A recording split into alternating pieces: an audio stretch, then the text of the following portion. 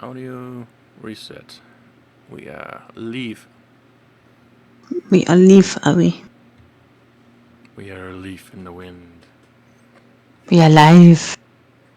Oh, yeah, that too.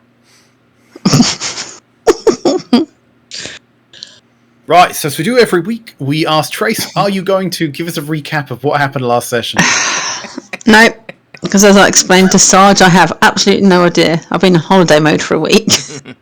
The brain is fried. Yep.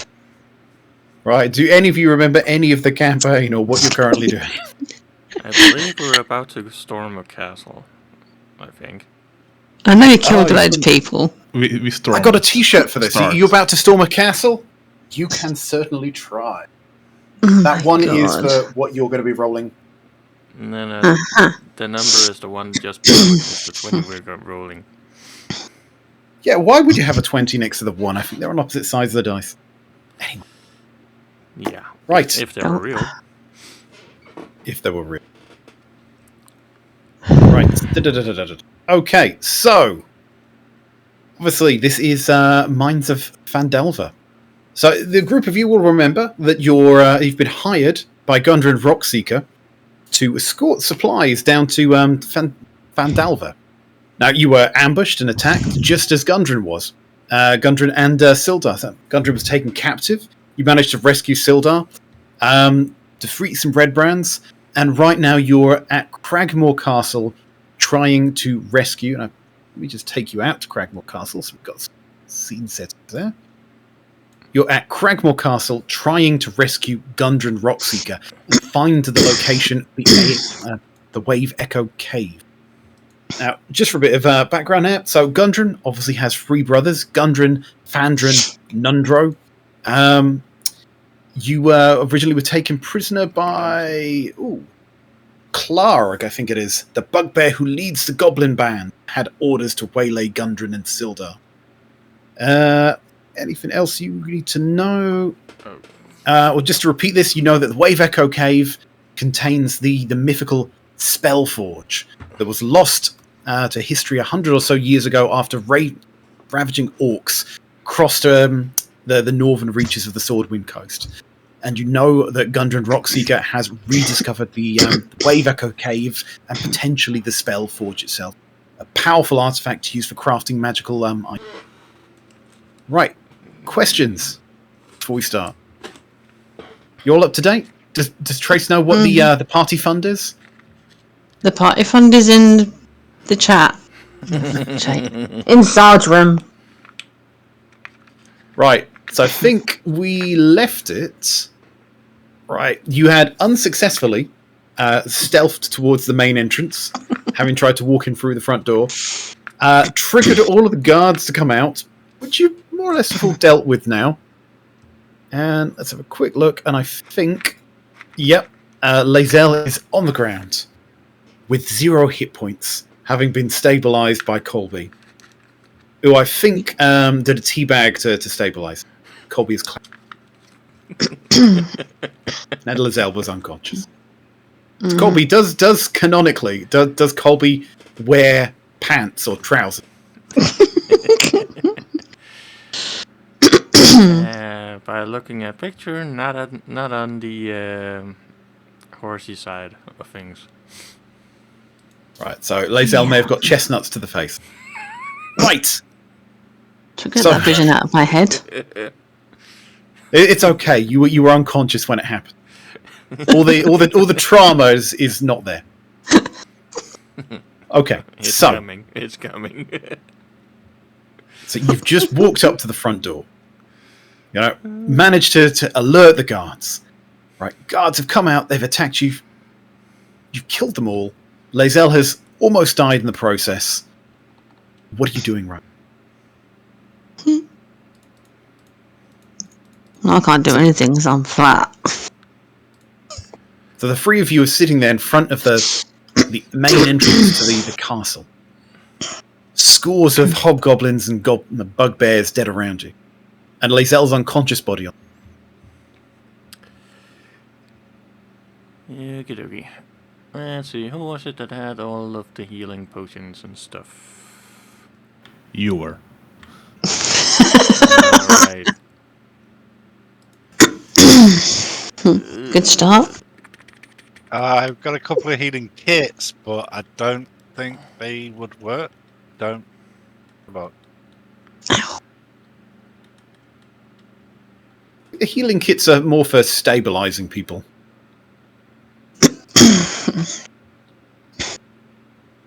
Yeah, So, it just says this kit is a leather pouch containing bandages. Yeah, it says as an action you can expend use of one of the kits to stabilize a creature. So it's something to stop someone dying. But I Excuse me. believe Colby already used spare the dying, so Lae'zel is okay.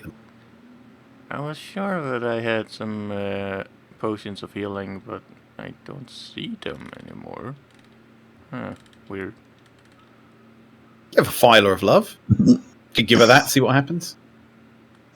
What? Of love. Yeah.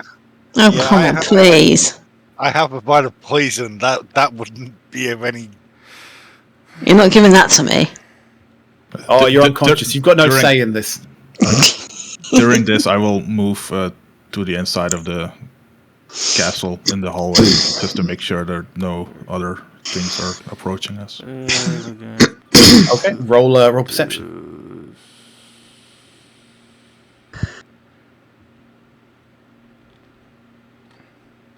9.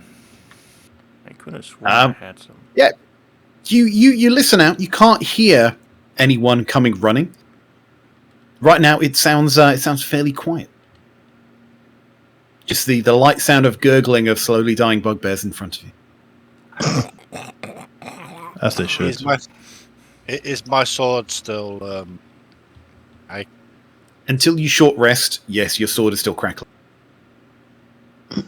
Yeah, I'm just gonna stand guard. I will cast Cure Wounds on Lae'zel, first level. Okay. How much HP do you roll?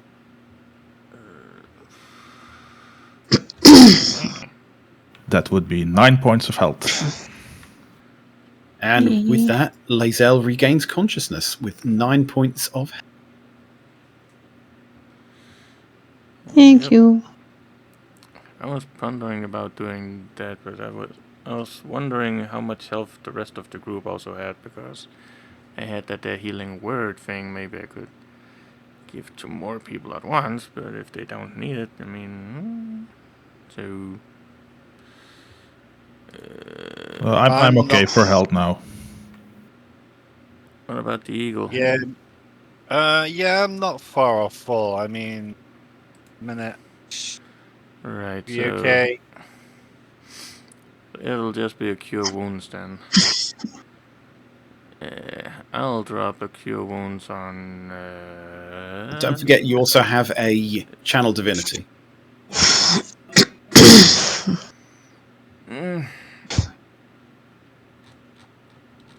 Yes. I believe that's only for me, though, isn't it? In an action, you can restore 20 hit points. Choose. Oh, okay, so I can use it on someone else. Yes, okay. Yeah, and that comes back to you every time you have a short rest. Yeah. Okay, so channel divinity, preserve life, Fumbo, 20 hit points, Lae'zel. Right, so mark that off as used. Lae'zel, you've got 29 hit points. Okie dokie. I also think you second-winded, so I'm not quite sure why that's not ticked. Pretty sure you used that last time. What, mine? Yeah, I think you may have used Action Surge as well. Yeah, but neither one of those are ticked on your sheet. I can find them, I will tick them off. Right. So while Lae'zel does that, any context, any flavour? Lae'zel, you saying thank you for being brought back from the dead? I just said thank you. In character? Yeah. Probably something very groggly, like, thank you, or is it something? Yeah, sound like I'm still under anaesthetic. Okay, so Lae'zel groggily comes to and thanks the group of you for not letting her die. What are you all Not doing? yet. Supposed to be being nice. I propose to go either clockwise or anti-clockwise through the castle, so they cannot flank up on us. So you know Gundren's in here somewhere, you just don't know where. Yeah, maybe checking the. Yeah, I'm up for that. I mean, we could go up. So you remember that all of the hobgoblins came from the north. So you know they came down from the north area. Yeah, I'm potentially thinking, like, if I say this, checking this door here, then maybe checking the other door low, so that there's no more potential baddies in those rooms, at least. If they open up there. I'd go for that one. Yeah, start at that one and then go for the bottom one just to rule them out. During this, can we put Lae'zel's armor back on? That would be a good idea. That might be an idea. So you can spend 5 minutes putting Lae'zel's armor back on. While Lae'zel's doing that, I am going to move and get ready.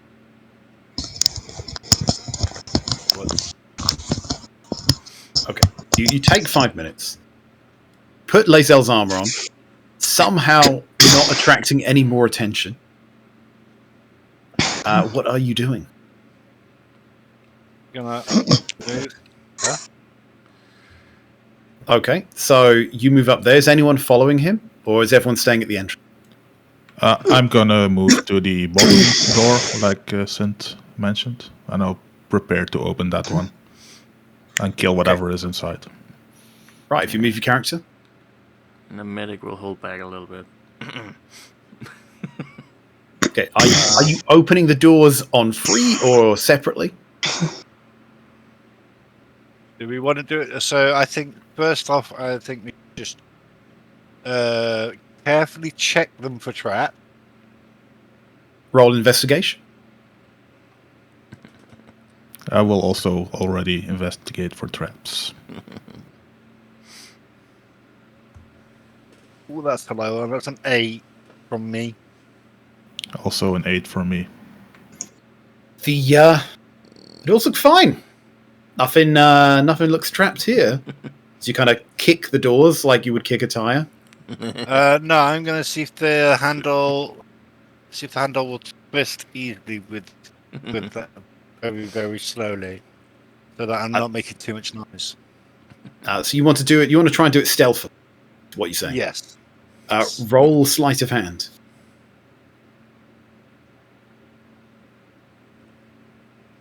$14. Okay, you gingerly grab the door handle. It doesn't appear to be locked. And you open the area, barely making any sound at all. And I would say roll initiative, but no. What you find in there... Grab him. What you find in there is a dead goblin with an arrow stuck in his eye. Just lying on the floor, slowly bleeding out. This room appears to be the guard room, looking through the arrow slit into the out onto the entrance of the castle. So this goblin, you surmise, was guarding the area, and that someone killed him as you were trying to enter the building. Could have been me, I think. I think we already looted them, but if not, I will loot him. And look at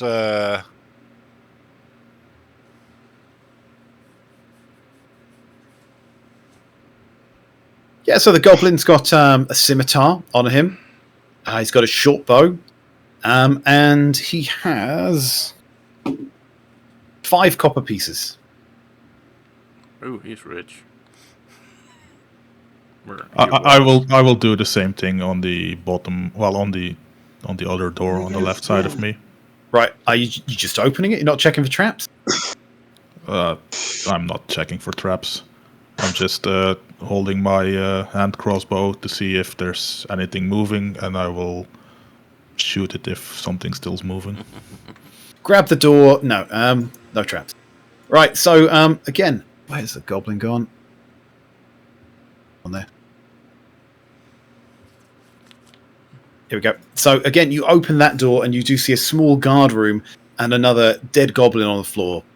Again, crossbow in hand, or short bow, I should say, and scimitar on his waist.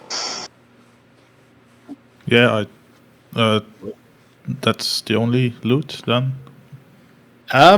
Roll investigation. 9. Yeah, you find 4 copper pieces. Not a very rich goblin. So there is a door to the south of you. Let me just read the blurb for this room, just so you got it. Blurb. So the hall that you're in, doors stand closed to the north and the south, with a crumbling mound of rubble partially obscuring the southern hall. To the east is a broad corridor, ending in 2 more doors leading south and east. The corridor is cluttered with dusty rubble and fallen plaster from a partial collapse of the ceiling. So if I just move you up a little bit, we'll see there's a door to the south of you, and again there's a door to the north, door to the there's a door here, door there. So there's 4 doors in the room that you're currently. Yeah, I think one door at a time, very, very carefully. And if you want to open the other one below you, Colby, I'll go to the door at the north. Go to that one. Okay, so Synth wants to open the door to the north. Is anyone else doing anything? Helping him? Opening their own door? I propose not to split up, so I think I will keep my handbow aimed at the door that Synth is opening. I'll go and help him though. Okay, if you move your character to where your character's going to be, I'll just move Synth in front of the door. Yet again, I will check for traps. Roll investigation. Roll. That's a 9. Yeah, door looks legit. Looks like a door. No. Again, you just give it a quick kick. Nothing seems to, crossbows don't seem to fly from the wall. Or not arrows, I should say. No gas explodes. It seems okay. So I'm yet again sleight of hand. Open the door. Oh, that one's a better roll. Now that one's a 22. Right, so this time, again, you just ever so gingerly do it.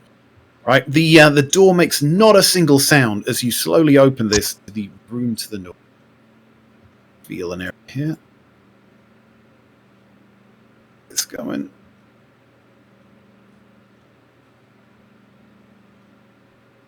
Right. This one. Okay, as you look into this room, you see old casks of salted meat and sacks of rotting grain that fill this storage area. Among the supplies, you see a bloody suit of chainmail, a heavy crossbow, and an unsheathed longsword with the emblem of Neverwinter worked into its hilt. I want the sword. I want to investigate the sword. Would I know the sword? Roll history. Would you know this? That one's an 18. As you think back, would I know that sword? You remember that sword looks exactly the same as the one that Sildar had when he set out from Neverwinter all those moons ago. Or should I say, 2 days in game. So you recognise that as Sildar's sword. And recognising that as Sildar's sword, you guess that armour might be Sildar's chainmail armour as well. This might be Sildar's belongings that was confiscated from him when he was captured. Okay, if I have room, I will put it in the backpack. I think if I carry too So much... are you I going may- into the room, first of all? Ooh. I don't see anything. Probably does have me covered. So yes, I will step very, very carefully in. Can you ping where the things... They'd be right at the end. Okay, that's good. So I'm going to...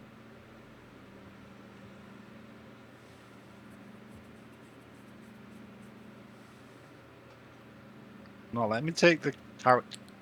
So yes, I'm going to stand here. Yeah, so nothing appears to happen as you walk into the room. No traps go off or anything like that. and creep my way over. Grab the sword and chain. You said you're creeping. Roll stealth then.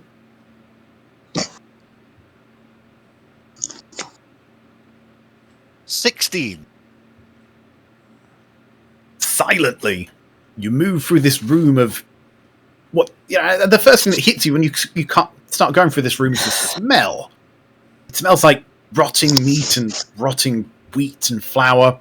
It's overpowering. It almost makes you want to retch. But again, you managed to hold that together and stealthily walk to the end. Right, so you can grab add that. to your gear Yep. a suit of chainmail. I don't know whether that's better than what you've got, but a suit of chainmail and a longsword, both of which you know belong to Sildar. I will follow him into the room. Chin. Sorry, if I look confused, it's because the longsword has new stuff it can do now, because D&D Beyond has added the new rule. Anyway. I do not seem to be able to enter the room. I should be able to move your character. No? Yeah, I couldn't get in that room. I couldn't get into that room myself. You did that. I don't know what's going. Once I was in that room, I could move, but it'll be because this is a legacy map. Don't worry too much about it. So again, there are old casks. There are sacks of rotting meat. Are you searching for anything? Or are you just gonna, move into the next room? I will also try to look at whatever is, if there's anything else than this rotting meat or whatever. Okay. I won't make a roll for it. Because again, it wouldn't be very hard to find. As you go through the casks and you go through the boxes, you start opening them. Again, it's just you walk up, you open a box full of rotting meat, and you just want to gag. I mean, what are they feeding these goblins?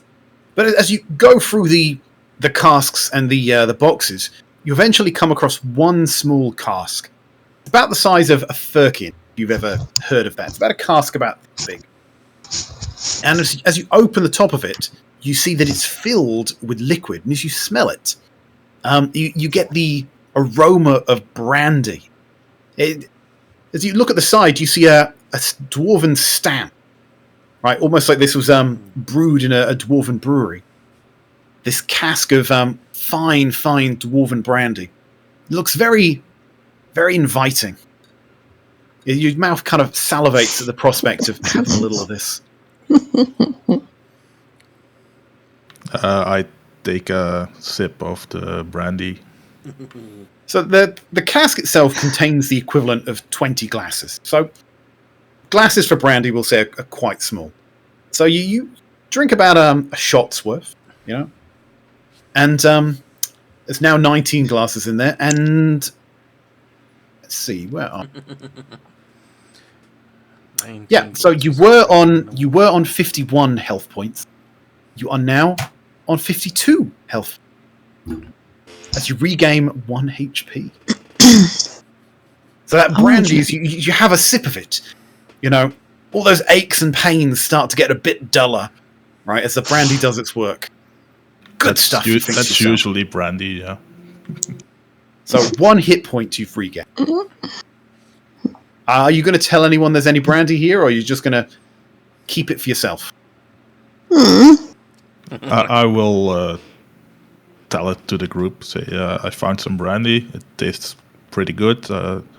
Anyone want a sip, or else we're keeping it for the campfire? Yeah, you definitely tell people that you feel like it's fortified your constitution.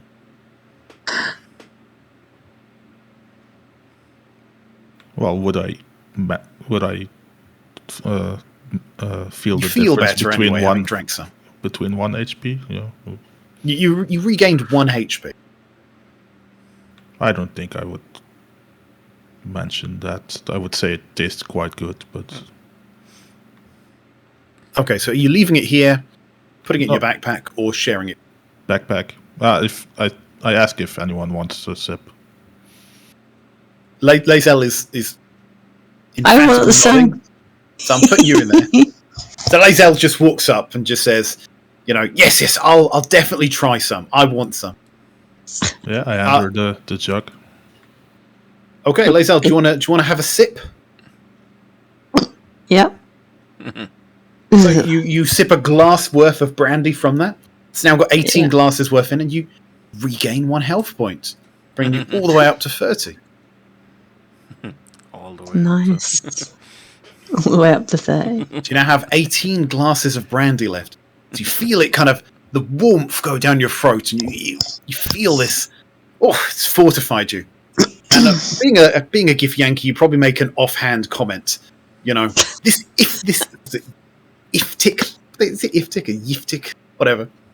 Istik brandy is delicious. It doesn't compare to the stuff from Kresh Kalir, but it'll do in a pinch. Obviously, being in this room, I would see some kind of effect going on brand. Yeah, you see everyone sharing this delicious brandy. Yep. I'm gonna push the cell to the side and grab a shot myself. Right, so you have 1 glass of brandy. So it's now got 17 glasses in it. You have a shot of brandy, and your health goes from 41 to 41 because you add full health. But you feel good. You definitely feel like part of the team. Everyone's had a glass of brandy, except I feel Stin. good. Except me. I think we should put this for now and maybe carry on doing whatever. So we can either carry on searching this room. Okay, but there's 17 glasses of brandy left for anyone who is interested. I will keep note of that. But I will also aim the cask to Sint. I will say, you don't want anything. He gives you a little wry smile as he says that. A roguish smile. After seeing that it looks like it's helping, I will take a swig. So you go down. You take a swig. Right, so it's now gone from 17 to 16. So you go from 49 to 50 health points, leaving you 4 from max.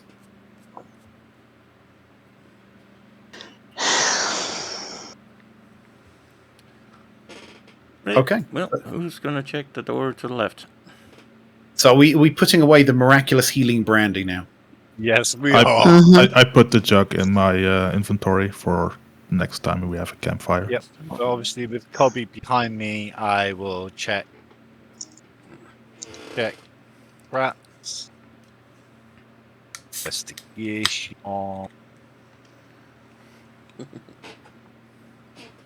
That one's a 13. Yeah, so you check the door very thoroughly. You don't see any tripwires. You don't see it connected to anything. It opens fairly easily. Are you opening the door? Or are you doing something else? No, I'll open the door. I keep my hand crossbow ready to shoot anything that's alive in there. So as you open this door, you recognise this room as a barracks. Right, this looks like the place where the hobgoblins came down. So, to give you the description, 4 plain straw pallets and bedrolls are lined up on the floor of this barracks. Brackets on the wall hold a number of weapons: spears, swords, morning stars, and more. The north wall shows signs of damage, but the floor is swept clean of rubble. Right, so, yeah, as you go into the room and you look around, you can see a wall mount holding weapons. It appears to hold 5 spears, 4 long swords, 3 morning stars, 2 great swords, and 1 fine quarterstaff. Ooh. Hands off. I want one this time. The quarterstaff is engraved and so with stylized feathers and is surprisingly light. So yeah, I'll take one of the. Take the great one. The great sword. That looks like the thing that Lae'zel has. Big great sword, 2 hands. Yeah, maybe not. I'm looking at.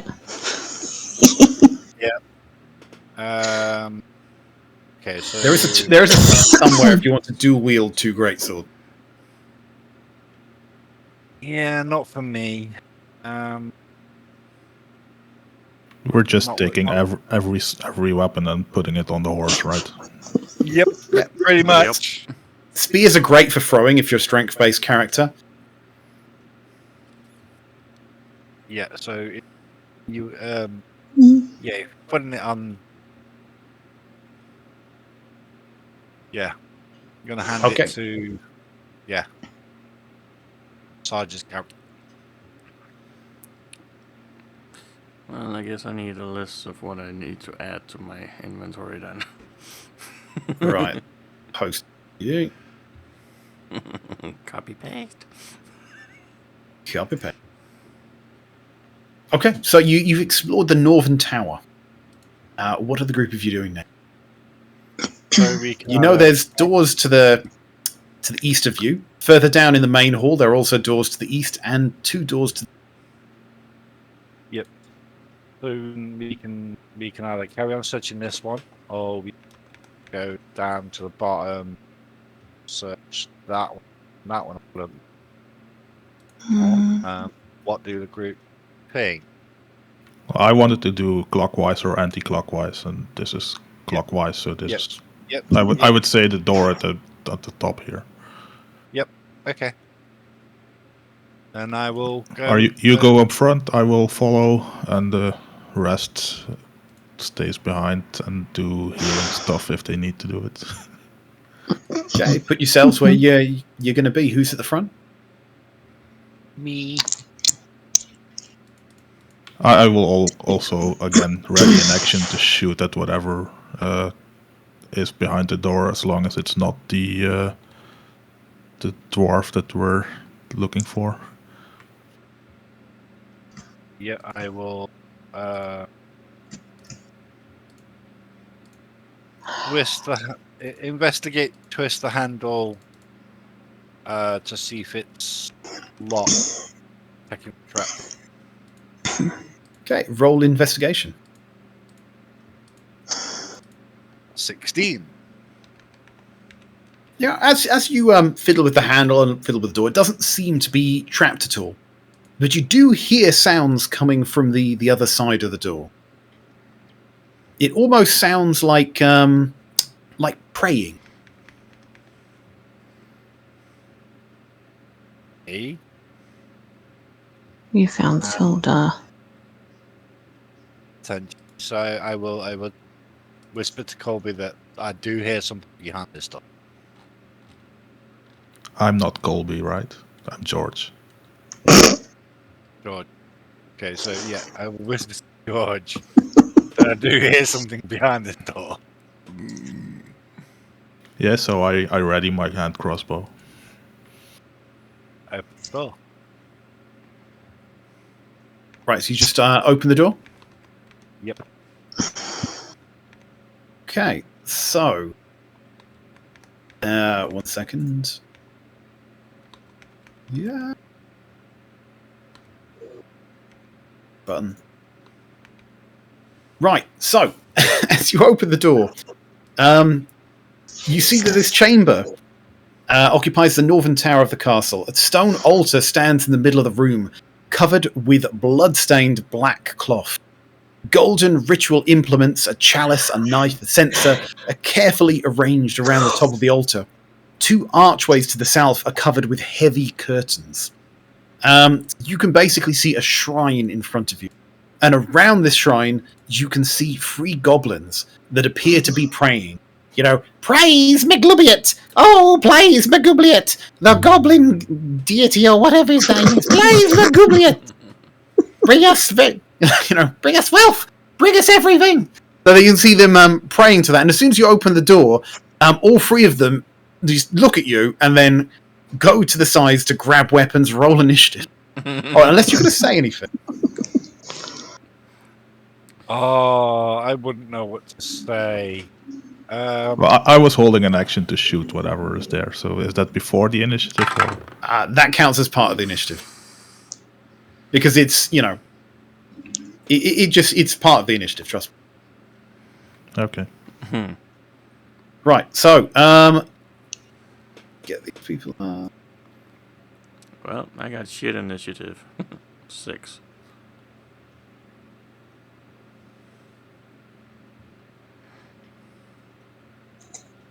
Two missing. Is it me, or did Synth disappear? Yep. Yeah, off the turn order, yes.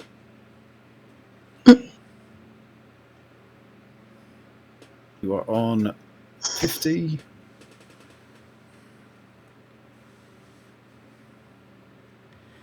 Yeah.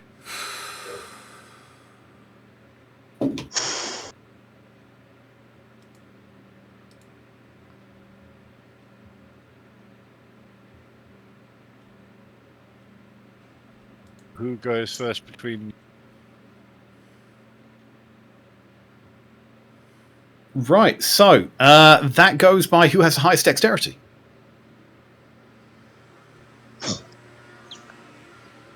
I have 19 dexterity. Synth. 19. Well, 16 plus 3, so that's 19 deck. No, you got 16. So 16 versus 19. George would go first. Right, George. So obviously, you're holding an action to shoot. The first thing that you see 3 religious-looking goblins praying in front of an altar, who are all looking very shocked to see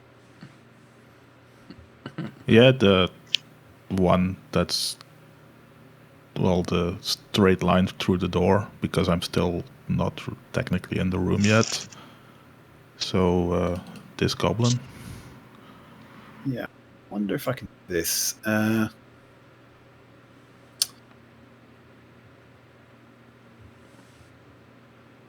Fuck. So he gets. I have to roll probably. I'm not doing this with the. So that's kind of your line of sight there. Yeah, so that's probably the only one I can see. Okay, so he's on the other side of the altar, so he's going to get a little bit of cover. But other than that, roll to hit.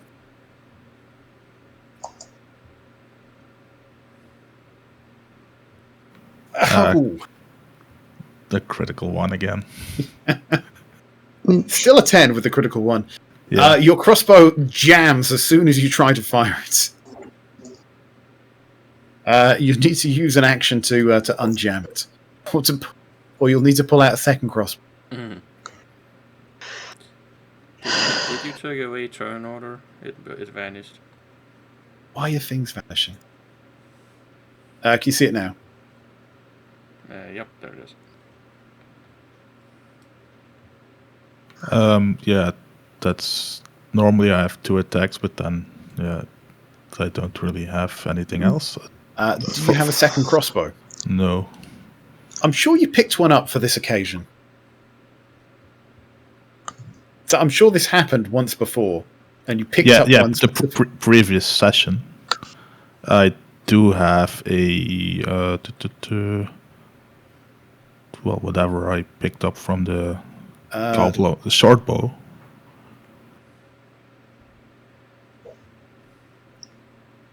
You definitely picked something up. Yeah, I have a short bow. Okay. So do you want to drop your crossbow and grab your short bow?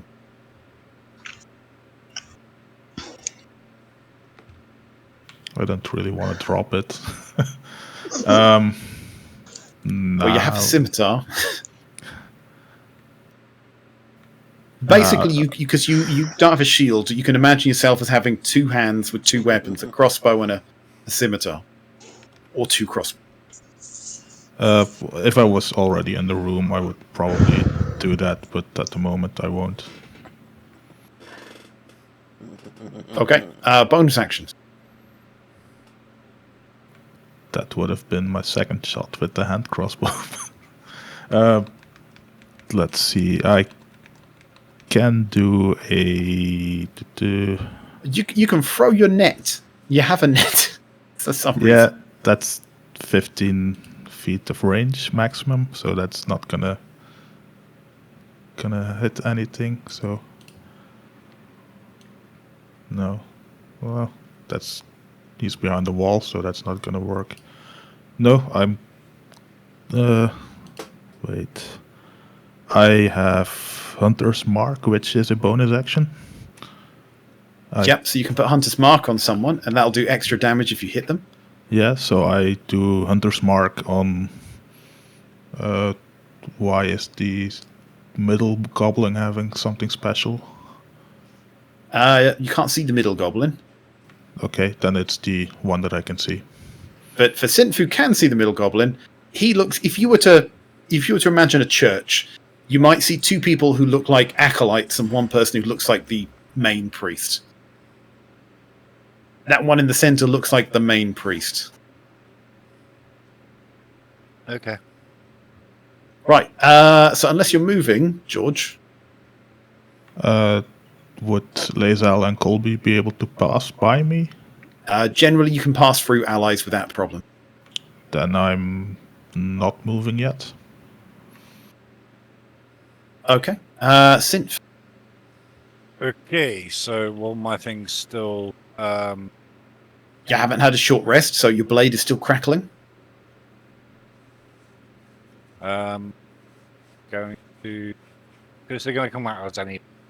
Don't know what to say right now. Try and stop this. Well, you could also praise McGlubiot. Say you're a big fan and you really just want to join their order. Would they believe it? We can try that route. Technically, George hasn't actually committed a hostile action because his bow jammed before he had a chance to do anything. So yes, we will. I think we're going to try that way. See what happens. Face the consequences later. Yeah. So I'll say praise Belojo and just see what response. So you just walk up, praise McGlubiot, Yep. the most beloved of all the deities. Right. So you're gonna do a performance here. You're gonna go up and down and pray, or you're just gonna try and be persuasive, and try and deceive them. It's like, yeah, I'm a big fan of McGlubiot. So basically, you're going to do a performance, or you're going to do a deception.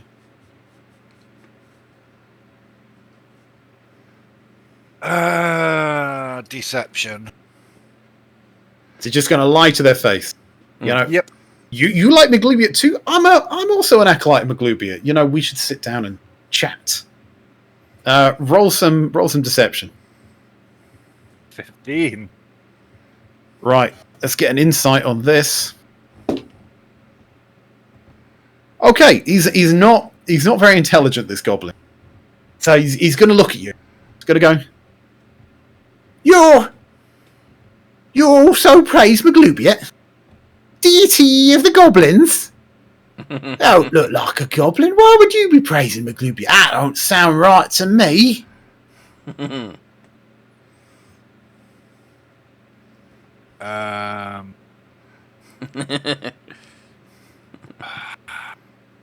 well, we was turned. I'm full deception mode. Say we was turned at a camp. Just full deception. Okay, you returned at a clamp. No, Yep. no. Maglubia is a goblin deity. He don't want none of them stinky humans. You can praise him if you want, but don't expect no boons. Right, since you're here, right, you need to show your devotion.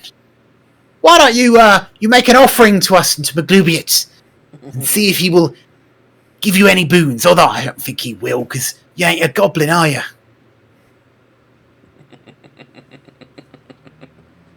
Eagle. Yep. So I will step into the room, and then while my sword's crackling, I'm just going to rush him at the stage because I don't know what else to do. So not going to give him. You just scream, "I offer him blood," and just run at him. Yep, run at him and then try and hopefully slice his head off. Okay, so which one are you running at? There's two acolytes and one main-looking priest.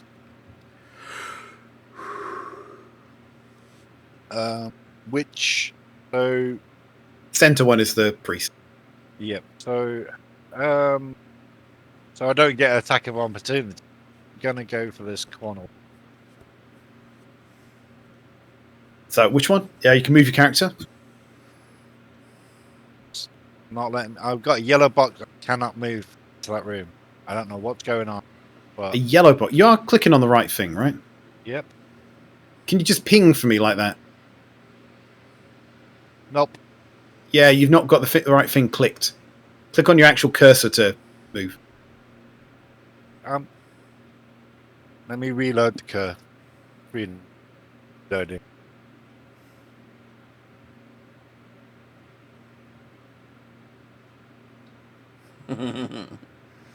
Just click on the little triangular icon just above the hand. Now I can move. Now I was in. So I'm gonna go for this one. And I'm just gonna swing and hope to take his head off and potentially offer blood. Right, was that your charge attack? Yes.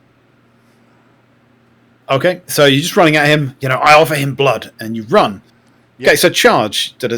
Okay, so move at least 10 feet. You gain a +5 to the damage roll if you manage to hit him.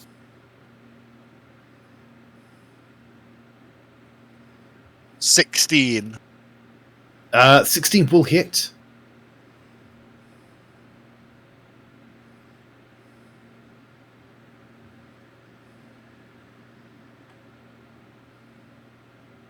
Personal 5. That's 14. Plus a d4 for your weapon that's still crackling with lightning.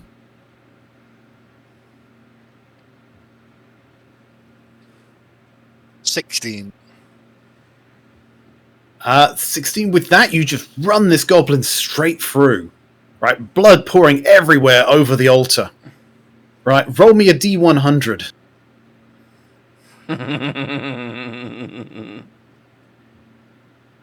Here's one I don't get involved off it. 26. Oh, Maglubiot seems unmoved by your offering of blood. Wow, we shall never know. It's a fickle god, that one. Right, do you have a second attack? Don't. Looking.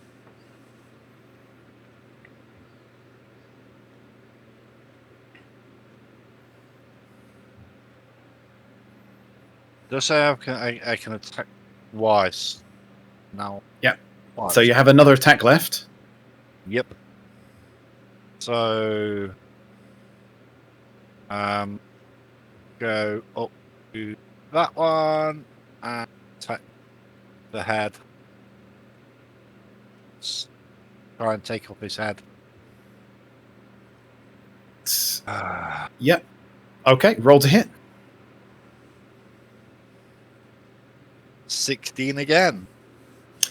16 is going to hit.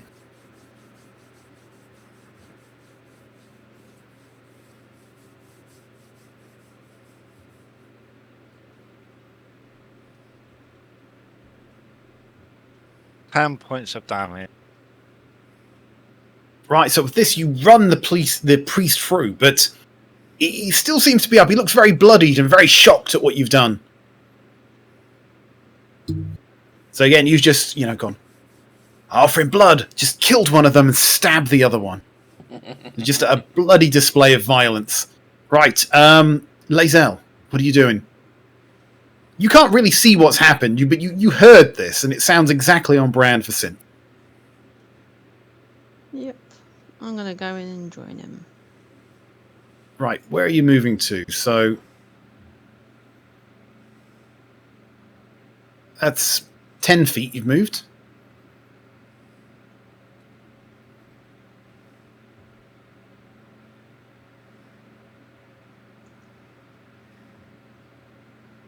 Okay, cool.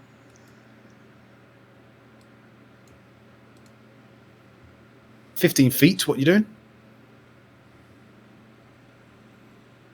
Going to use my hand crossbow.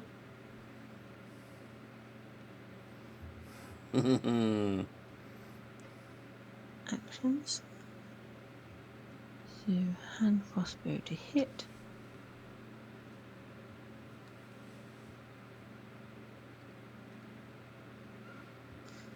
Eight to hit will miss. That will definitely. Take 2. Because I have 2 attacks. You do have 2 attacks.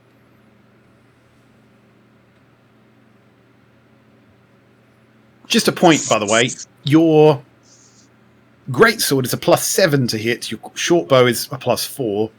Your short sword is a +8. So there are definitely things that will have a higher chance to hit. I'll do them next time. But a 7 won't hit either. 7 definitely won't hit. So again, you fire 2 crossbow bolts and nothing. They just smack into the wall. Clearly you're stronger than you are dexterous. Right, that's half your movement. What are you doing with the rest of it? There are curtains to the south of you, and there is the safety of the room behind you.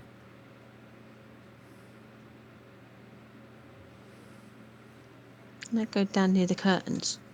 Through the curtains or near the curtain? Near the curtain. I don't want to go through it, just in case there's any more on the other side. Okay. You go through the curtains, and miraculously hands don't come through the curtains and pull you back. Nothing happened. Right. So, 2 things happen. This goblin rushes towards you, and the other one is going to be attacking Sin. So, one is going to scimitar at Lae'zel, and that is a 19, so that hits for 5 slashing damage. Right. The thing about ranged attacks is, unless you're actually going to run away, then you're just going to get melee next turn anyway. It doesn't really stop you. You may as well run up into melee to begin with. All right, and the other one's attacking Synth, and that's an 18, which I imagine hits Synth. So that slicks. What is your AC?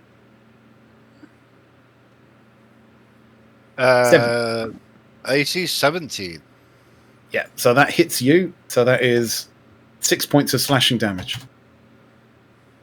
Right, Colby, what are you doing? You can hear the sounds of combat coming through the next room. You've seen Lae'zel run through there, peel off a couple of crossbow bolts, and then disappear south. Well, I'm gonna move anyways, and obviously gonna see that guy standing there, and I'm gonna, give him a good little what for, whiff. Yes, you definitely see a goblin in front of you kind of screaming, "For the glub yet!" as he kind of slashes at Lae'zel, his hands guided by his god.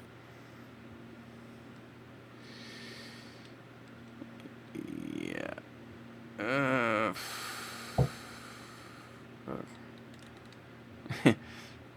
Just looking at what I wanted to use as a weapon. That's the problem with too casters. close. There's too many options. Too close for crossbows. That's just gonna go not so good. You have a hoof attack. Yeah, but I think I will take the mace and just whack him over the head with the mace. That's a +5 to hit, so it's a simple weapon, which I can use. And try. 14 plus 5 is 19, so I think that might just hit him. That's a little 19 hits. And so the 6 plus 2. Did I have anything on that? I don't think I have anything on that. Nah. Let's see what we got. 6 damage. Yeah, you go up there, you just crack him with the mace, but the guy is still up.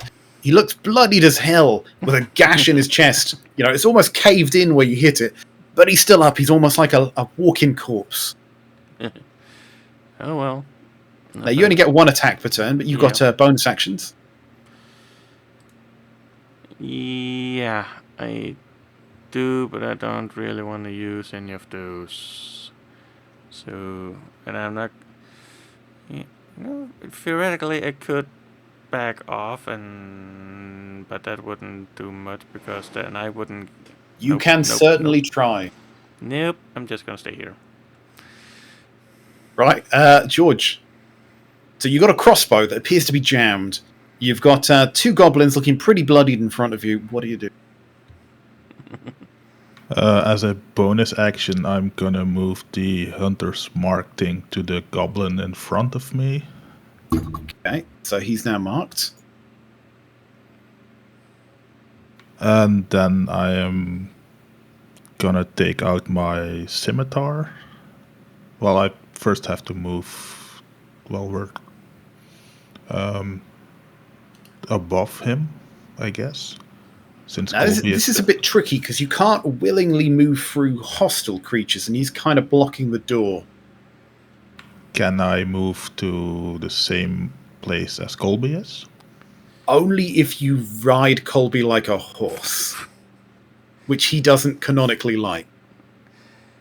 You can certainly try. Oh, you could try and run and jump over Colby, I suppose. You could certainly Like try that. the rule of cool and try and acrobatics it through. But you would have to roll. Unless you get some kind of throwing weapon or something. Can I throw my scimitar at the hobgoblin? You Or actually wait. can. Oh wait, let me see if I have anything else I can throw. Well, That spear would have been scimitar. great. Yeah, if I had a spear. There's a spear attached to Colby's back, There is. along with all the other weapons he picked up from the other room. I will just throw the scimitar at him. Okay, so because it's not a dart, you don't use your dexterity to throw this, you use your strength. So instead of being a +7, that drops down to a +4. So it's whatever +4 to hit.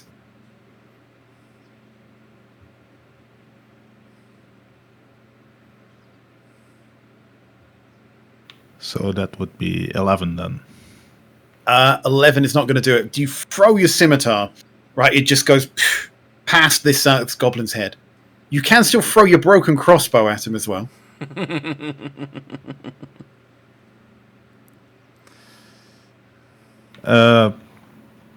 Yeah, I'll throw the broken crossbow at him. Yeah, by the way, there's a big thing in Baldur's Gate 3 where people throw, dwarves at each other, midgets. There's this whole trope of people doing that. And using other people as unarmed weapons.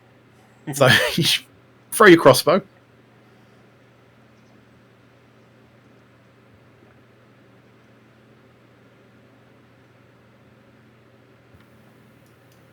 And again, I that rolled a 4. that of the 4 + 4, that just zooms past the other side of his head as you're slowly unarming yourself. As your 2 attacks. You've used your bonus action. I don't think you have a reaction. So that's my turn then. Oh, Maglubia is protecting these goblins today. Synth, what are you doing? Not for long. Okay, so I'm swinging at the main guy again.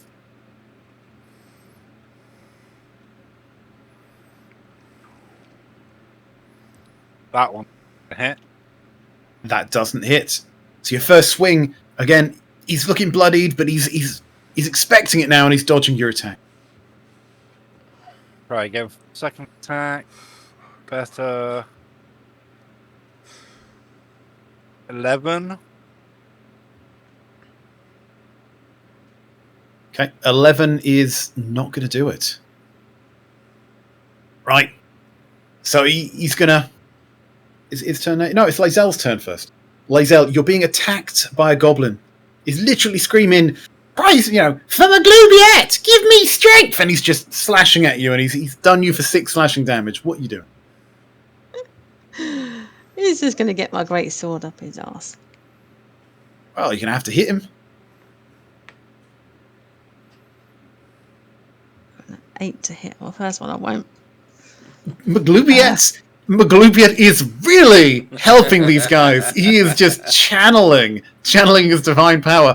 As you grab your greatsword, and it kind of just slips out your hand, and you hear it clanging on the floor as it slides through the curtain to the south. Right. Seriously, dude, I'll just fucking roll the 26 with it now. No. So, what else do you have that isn't a greatsword?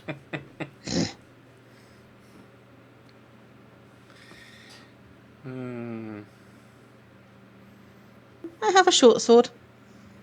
Okay, so you now go for your short sword, having lost your greatsword.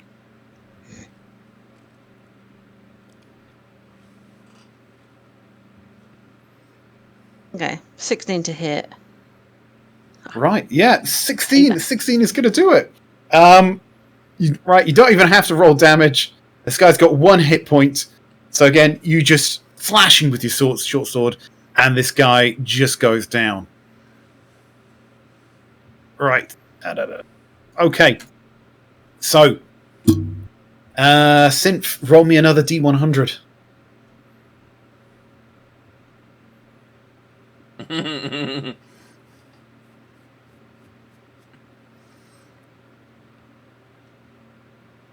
$53. Maglubia is still unimpressed with your offering of blood. Unimpressed. Right. With this, Lae'zel, that's your 2 attacks. Are you moving? Are you doing bonus action? Pick up the sword. I want to go pick my sword up. That's through the curtain. Oh, I'm going to risk it and go through the curtain. Right. Do you have dark vision? I think so. I don't know. Do you have dark vision? I don't think anyone has dark vision. Maybe not. Right. So, Well, that's easy to fix. Just light the curtains on fire. yeah. So, yeah. As you move through the curtains, you can't see any natural light entering this area. It seems to be completely pitch. You could attempt to try and find your sword by groping on the floor. Ooh. Or do you want to move back into the other room? I'll go back in the other room. There's someone's Yeah. got a So torch. Colby, you see Lae'zel walk through the curtain and then turn around with a very much nope sort of face on her. Right, so that's 10 feet of movement. You've still got 20 foot. Any bonus actions or anything?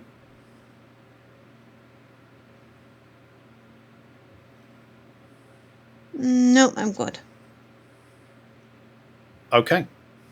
So, right, the goblin priest, he's going to put his hands together and he's going to say, "Maglubiet, give me strength." And I need you to make a dexterity saving throw. synth. As a bolt of divine lightning comes flying down from the ceiling. 19. Ooh. Teen, absolutely fine. You dive out the way, right, as celestial lightning just ricochets off the floor. And that's what that goblin. Colby. I had a plan, but then I forgot it. Get out the way! So you, as a cleric, you're quite spiritual, and you recognize what just happened there was a bolt of. Actually, have this yourself. You recognize that it was sacred flame. A sacred flame just descended from the sky. Yeah, well, just look over him and go like, so we can play this game? And I'll try and throw sacred flame at his face. What's the DC? Dex 13 it says. That is a nat 20.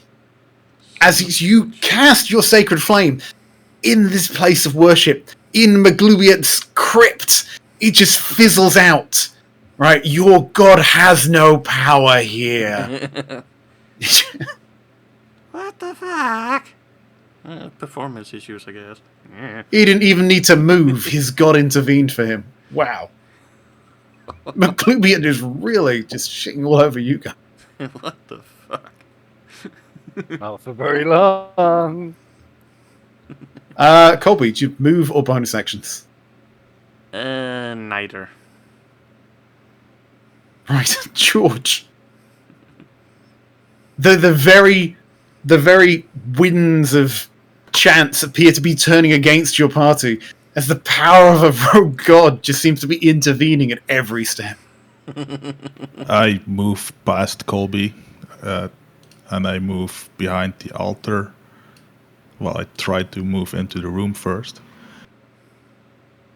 So I move here. I take my bonus action to move the Hunter's Mark to the last remaining goblin.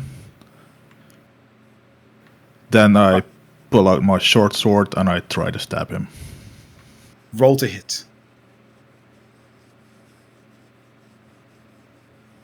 23 to hit. That's going to hit him.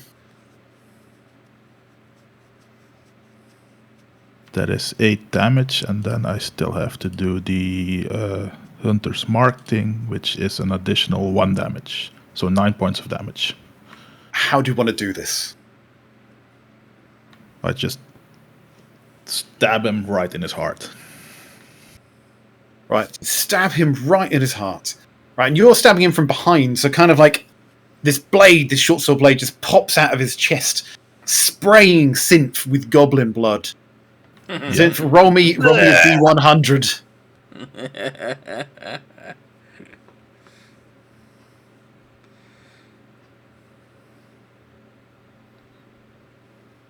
One. Did you just roll a 1 on a D100? Yes, I did. Oh. That's confirmed. Oh. It's a 1 on a D100. That's at least 5 times worse than a 1 on a D20. Holy my- crap. As the group of you are in that room, priest's dead around you. As the priest dies, he sees his heart in front of him. He looks at you, and he starts talking goblinish. And he looks at you and he says, "I curse you, Maglubiat! Give me strength!" And you feel racked. Pain reeks across your body. Your bones snap.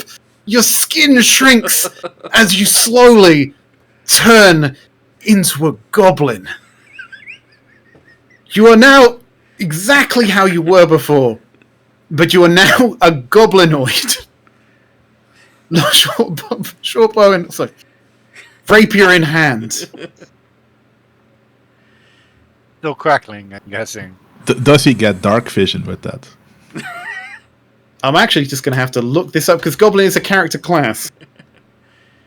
Oh, Lord. Right, let's have a look. Okay.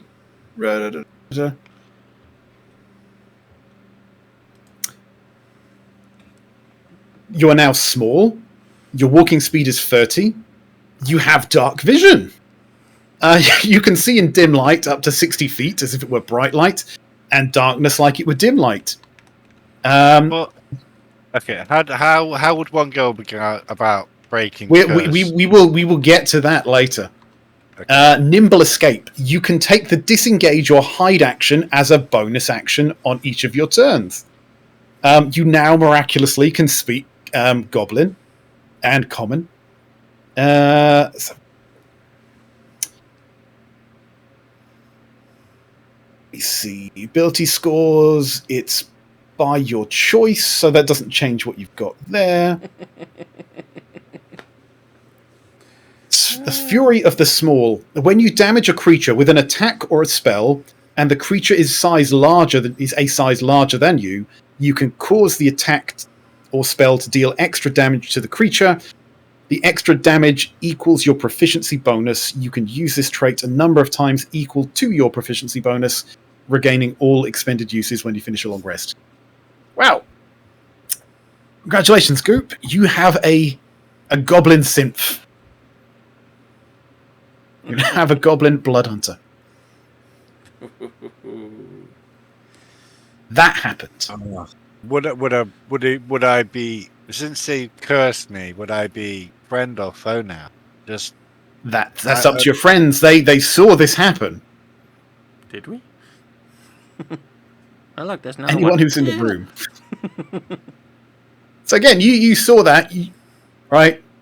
You saw him change. You see him wearing all of Simp's clothes. He looks like a goblin. He's now the same size as a. He's basically 4 foot high. All your clothes look a little baggy for you.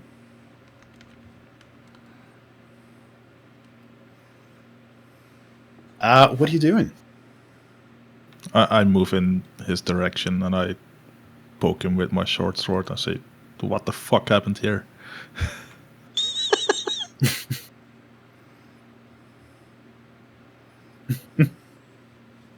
Yeah, so as you say that, you kind of hear a ringing in your ears. You know, it kind of says in a deep, booming voice, "Your offering has been accepted." So remember, Maglubiet doesn't help non-goblinoids. You have to be a goblin, otherwise, Maglubiet's not interested.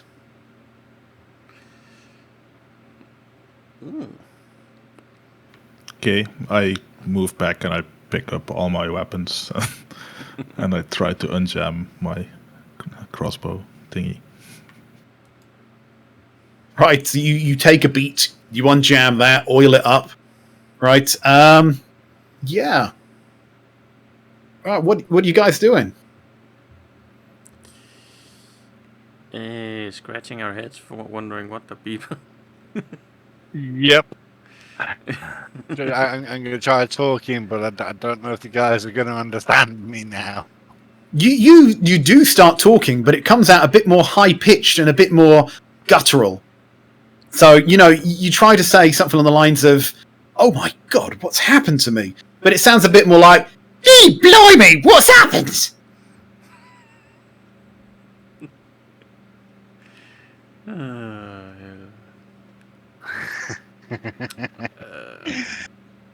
Yeah, so I'm not going to know whether they're going to treat me as friend or foe. I do have dark vision, so unless they attack, I think we'll go through the curtain, see if I can see what I can see. Now I have dark vision. Well, you do See, speak he's my common, right? sword. He does speak common. Yeah, so we understand what you're saying. Yeah, you understand what he's saying. So it's more like, he's like, "Well, that happened. Anyone fancy looking behind that curtain?" As he says, just like picking his nose. That's weird. I need to find my sword. So yeah. I can't move into the room. It's I blocked. Yeah, it's a cast bit- I cast dark vision on myself and Lazel. Right, so you got to remove a spell slot. Well, 2 probably. Which yeah. And your cure wounds, so definitely 3 spells have gone. Oh yeah, Dark vision's level. I did. I now lost 2 second level spells. All my second level spells are gone to the dark vision, and I've used 2 1 level spells for Hunter's Mark and Cure Wounds. Right, so who's got the dark vision? Me and Lazel. Right, let's find something that looks like And dark. I should have dark vision being the goblin, or Tam. So whatever we figure out. Can we shove the goblin in first? You Yes. can certainly try. He is now our infiltrator. He could. He could. Yeah. Right. Okay, so everyone's just looking at Synth and just like, yeah, that happened. That didn't happen to me. Let's just move on with our lives. Stuff like this happens all the time. It's a Swordsman Coast. It's gonna be more fun when we get out in public. Oh look! Oh, it will be. So, Synth, goblins are not generally accepted in common society. They would, if some goblin was in a city, it's probably because it's trying to stab someone.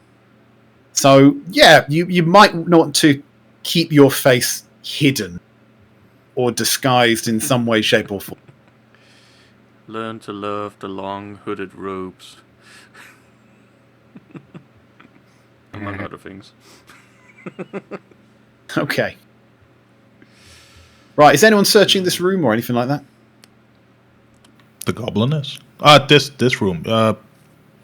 Well, there were golden religious things, so we are taking all of those. Right. Okay, so yeah, you definitely look on the altar, and you see like a chalice, you see a knife, you see a censer. They're golden, they're ritual-like. You can definitely tell those are worth 150, 60, and 120 gold pieces each. That will probably did you- go in the party fund, or we'll split afterwards. Yes. Yeah, we'll investigate the bodies and the room, I guess, for loot. Where's that bag of holding when we need it? Just shovel everything down there and sort it out afterwards. That's what you are, Colby. You're the bag of holding. Yeah, I know, but we needed a real one. Yeah. So there's not really a lot to find. You can see that the altar is covered in a blood-stained cloth that completely covers it. The sides of which are engraved with images of the same gods reflected in a decor found in somewhere else that you haven't visited yet. You found the chalice, a censer, the art. That, again, wasn't hidden. It was just sitting on top of there. The goblins have short swords. They have scimitars. If you want to roll investigation.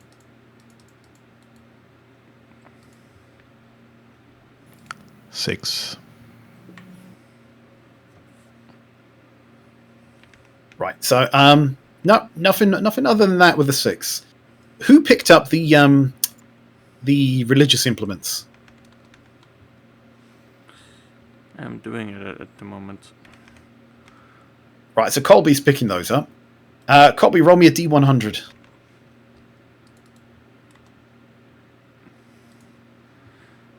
Yep.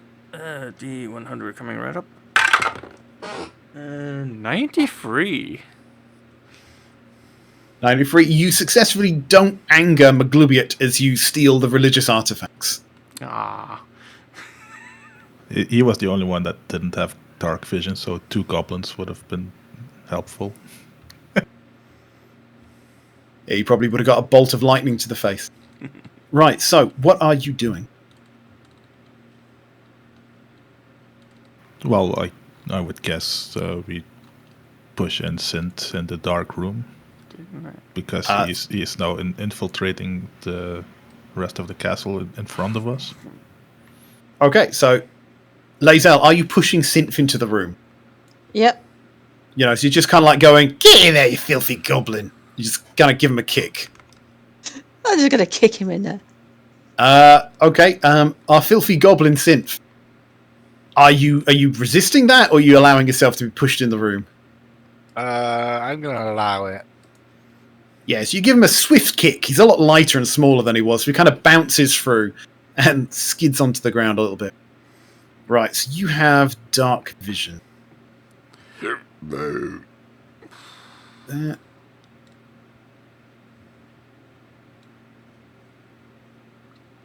Okay. Look.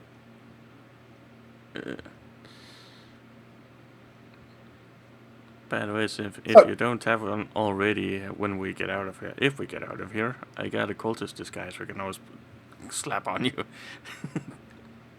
So as you go to the room, it's just you in there at the moment, right? You slide through. The room is pitch black, but you can kind of see in greys with your night vision. You can see that this high, narrow hall looks as if it might have been part of a chapel or a shrine at one time. Angelic figures are sculpted between the room's upper reaches, looking down on the floor below. To the north, a heavy curtain blocks a matching pair of archways. That's why you just go through. Between these archways is a cracked but ornamentally carved stone brazier. So that's right next to you. Are you doing anything while you're in here? You searching for the sword? Are you doing anything?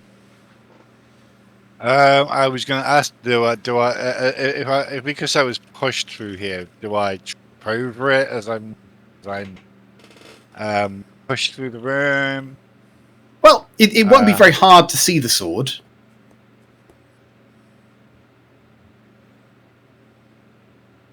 So the sword is in there somewhere. Are you taking a look for it? Yes. So roll in investigation.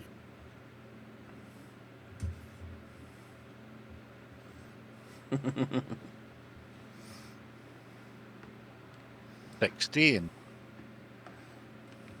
Right, and can you also roll me a religion check?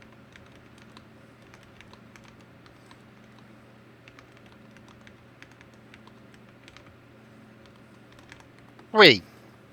You have absolutely no idea who any of these gods are. The only one that really matters is Maglubiet. Right.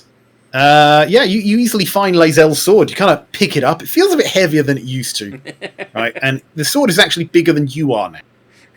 So it's a bit comical seeing 4 foot you with a 4 foot, 5 foot long greatsword. Do you kind of stumble back and forth? Are you taking that back to Lae'zel? Or maybe just calling her into the room? Yeah, I'm gonna say I found the sword. Yeah. See if anyone wants to join me in here. Yes, it sounds more like a goblin. It's I'll find your fucking sword! You can come here if you want. I'm coming in to get it. Damn Yeah. straight! You're gonna get it all right. Yeah, also go into the room. I can't get over the threshold. Same. Right. Yeah, the map's a bit weird. Okay. So, you go in the room. You give him your sword. You can give me a couple of religion checks, you two. Jesus. Freaking barrier. 16. Right, so you actually recognize the gods here. You can see there's 3 of them. You recognize Mistra, the goddess of magic. You also see Lanthander, god of the dawn. And Ogma, the god of knowledge. Yeah. And also Timora, the goddess of luck. Definitely was a religious room. I praise to the goddess of luck that I don't jam my hand crossbow again. Roll a D100.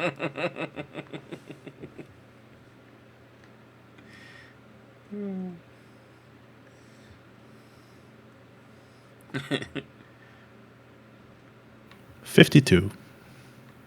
Nothing seems to have happened. or at least if something has happened, you can't tell. But it never hurts to praise the god of luck. Right. I tell the goblin that the next time he moves into a room, he should yell praise whatever goblin god it was the number of times as there are enemies in the room, so that we know how many enemies are in the room. Sorry, say that again.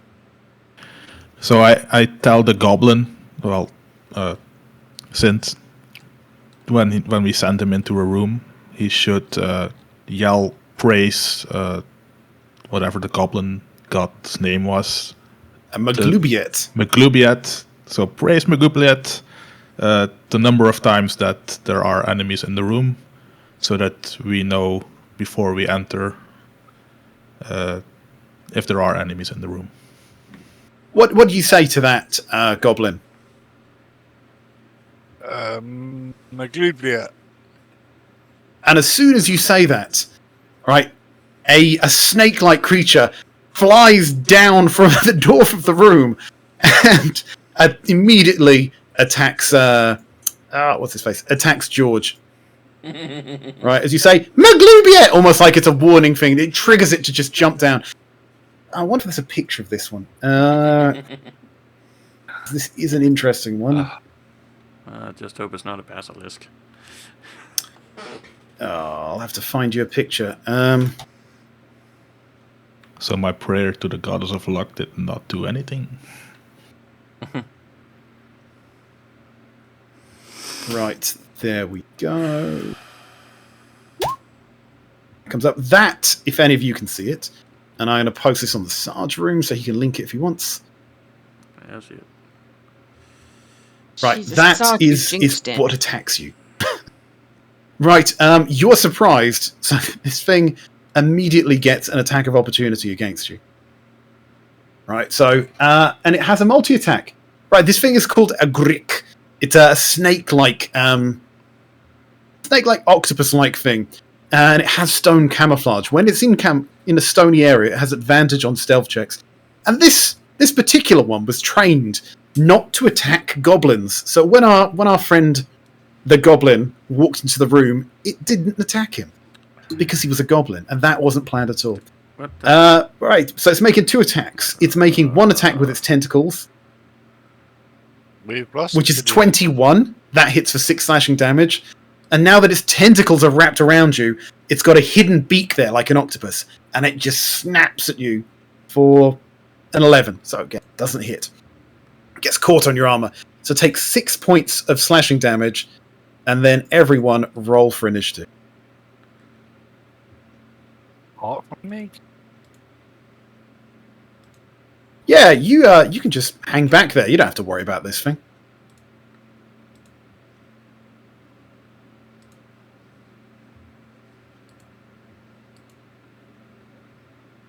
There we go.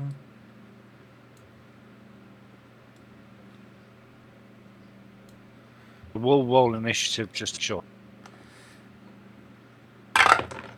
So he's not grappling me or anything, it's just a multi-attack thing. It doesn't count as a grapple, no.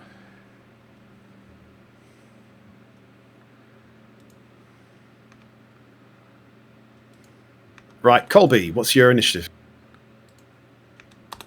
I was trying to enter it. Do I need to make a constitution save to be able to use my Hunter's Mark? Because Hunter's Mark is a concentration thing. I think every time something dies, you can use a bonus action to move it. How long Yeah. does it last in general? 1 hour. Let me just have a quick read. What does the spell say? If the target drops to 0 hit points before the spell ends, you can use a bonus action up on a subsequent turn of yours to mark a new creature. So it's not on the it says a subsequent turn. Yeah, so as long as it's within the hour, yeah, you can use a bonus action to mark it. Right, But and it's a concentration spell, so do I need to make a constitution save because I was attacked by the thingy? you do.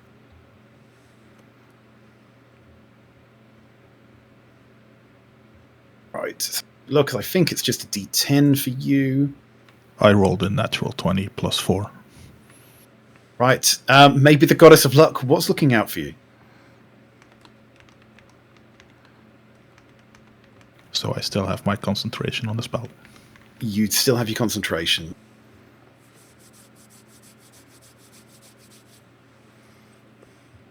Yeah, so it's DC 10 or half the damage, whichever's higher. Right, yeah, so it was only 6, so DC. Yeah, so you still got the you've got that. This thing has just jumped down, smacked on the ground, just attached its tentacles, it's just slashed you and tried to beak you, but again, missed. What are you doing?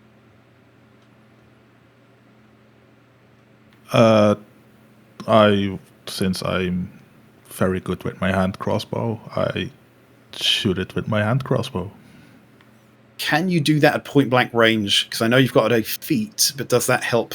Yes, that does negate the disadvantage that you normally have. Yeah. Okay, roll to hit. 28 to hit. 28's definitely going to hit.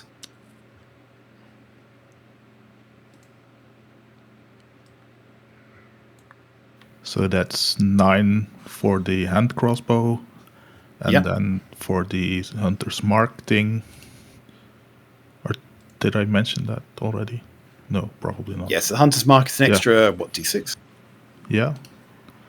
That's an additional 2 points of damage. Okay, so you see this crossbow just whack into it, and it doesn't seem to do a lot of damage, but around it, where the magic kind of seeps in, it kind of hisses and crinkles and melts a little bit, almost like the magical damage of your Hunter's Mark is doing more than the physical damage of your crossbow. Okay, so yeah, same thing again. So roll to hit.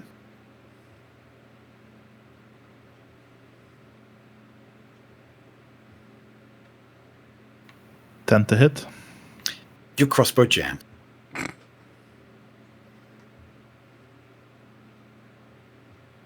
You need a second crossbow. I do, yeah. But since that was, yeah, I don't have any other things to. So you've done your bonus no, action. yeah. You've done your main action. I doubt you're going to move. Don't think you've got reactions. Yeah, that's the end of my turn then. Right. So the Grick is now. Yeah, he's going to try and attack you again. So he gets multi-attack. So he attacks you once with his tentacles. That is swing and a miss. And once with the beak. And that is also a swing and a miss. So now that you've seen it drop down, you're dodging, you're diving. This thing is going for you. It's not having much success. Goblin. Okay, so I'm guessing I will still have the sword that's still crackling, but this is going to be. It's still crackling. It might not do anything, but I am gonna. So I'm gonna kind of one jump over the. Onto the other side of the table there. Yeah, so that's a brazier.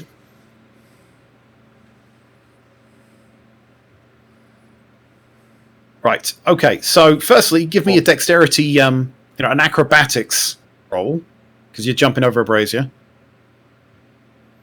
Right. 9. Right. You jump over the brazier, but not very well.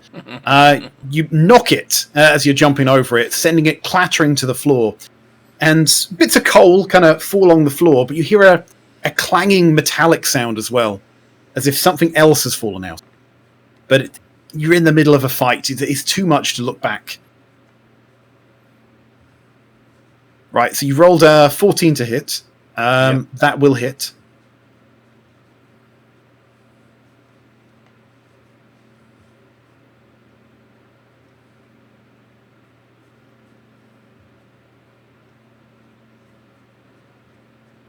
Nine points of damage. Yeah. So again, you stab this thing with your rapier, but it doesn't look like it does a lot of damage. But as the lightning just courses through your blade, the thing kind of pulses in pain. Right. You have a second attack. Yeah.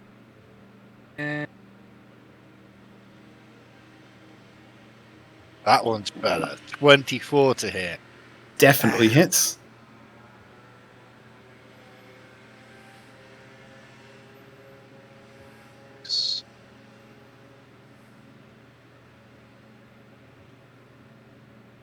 So again, you stab it, but it doesn't seem to do a lot of damage. But again, the lightning seems to hurt it a lot more.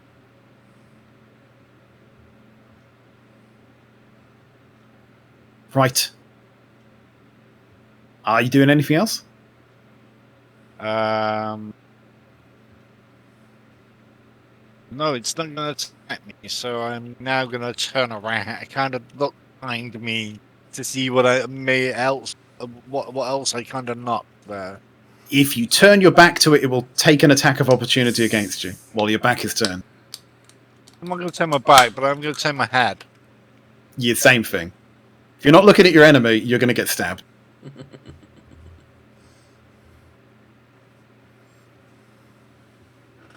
I'm going to get stabbed. Well, yeah.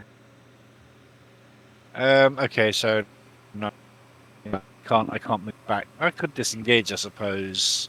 You do have that ability now. Yes. Nimble Escape. You can take the disengage or hide action as a bonus action each of your turns. So yes, I'm going to disengage backwards and then look at what So else you I've use your got. bonus action. You can now disengage and just run away. Yeah, and take a look on the ground. Let's see. Right. You can see what seems to have fallen out of the brazier, almost like it was hidden in there, underneath the coal, is a solid gold statuette, which appears like it was wrapped in cloth and hidden. It almost gives you it gives you a magical feeling about it, and it looks very expensive, being made of solid gold.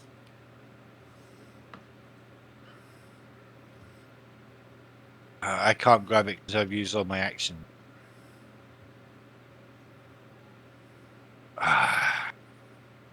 Could I try and cover it somehow so that nobody else sees it very quickly? You've used your main action, you've used your movement, you've used a bonus action. Nah. Right, Colby.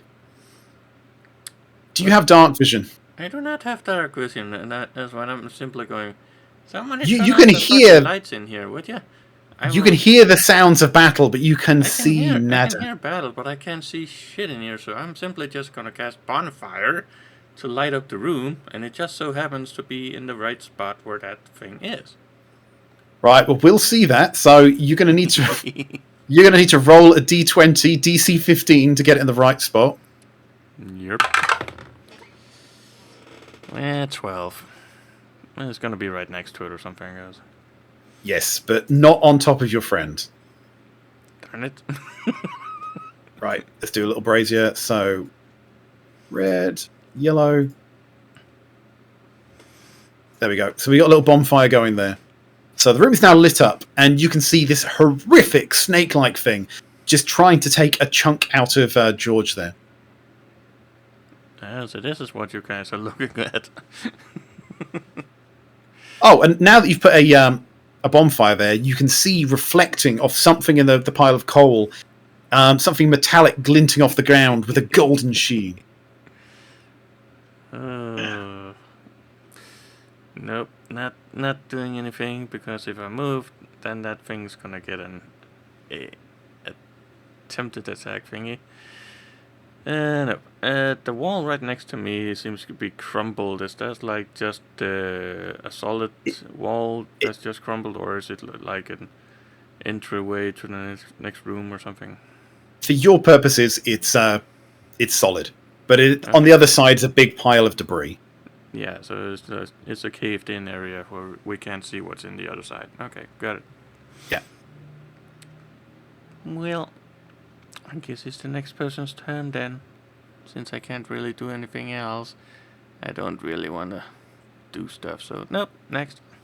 So, Lazel, you can see George being attacked by a giant snake, octopus beaked thing, and you can see that this little goblin in front of you has knocked over a brazier, and out has popped a statue wrapped in cloth. Is it far away? What are you from doing me? with your turn? I want to grab that. That would be your action. That would mean you couldn't attack this turn. No, that's fine. I have alternative plans, which involve Okay. not going anywhere Poor near that eagle. thing.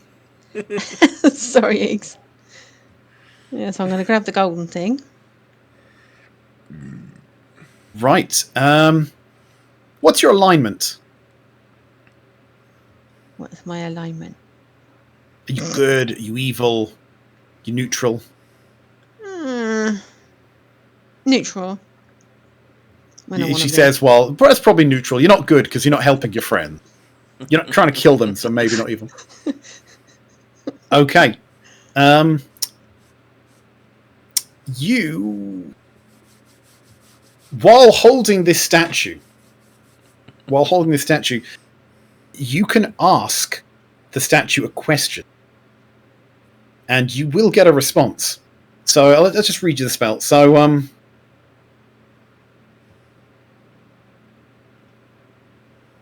where is it? So, if you ask the statue a question, you will receive an omen from an otherworldly entity.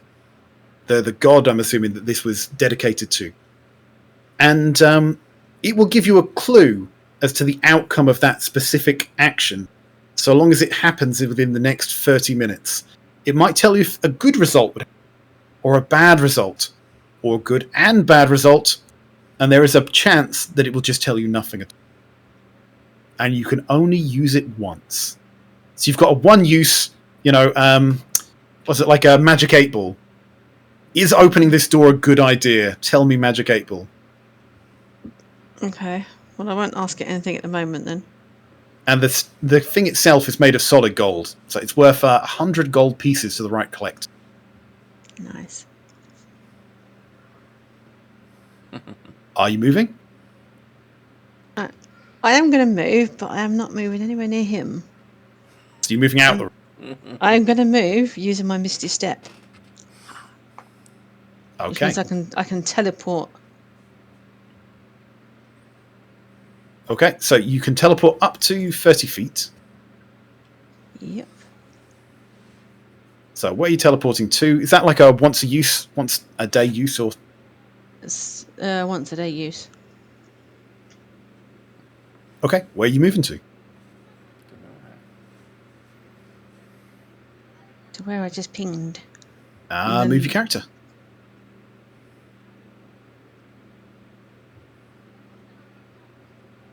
Okay, and I guess that's Lazel's turn. George, what you doing?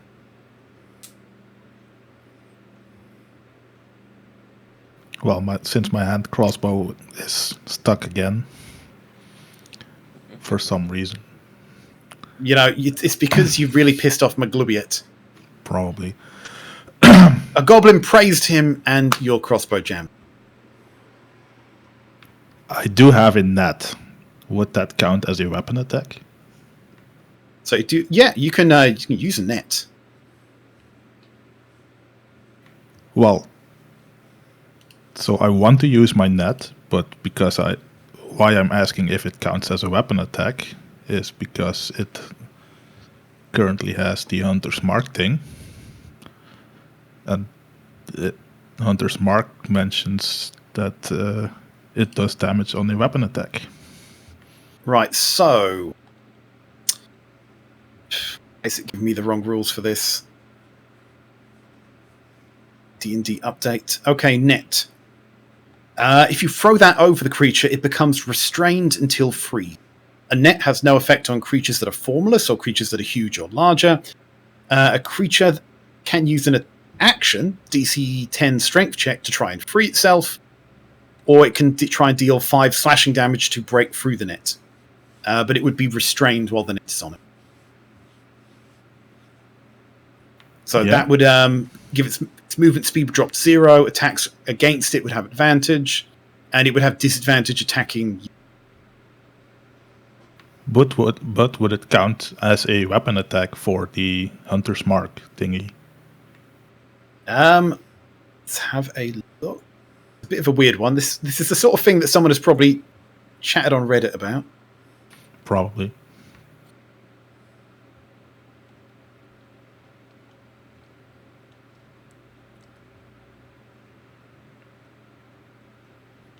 Well, it's classed as a weapon in equipment. So, yeah, it's in the martial weapons.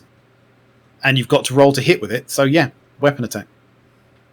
Okay, then I will use my net to attack the crick thingy. Crick.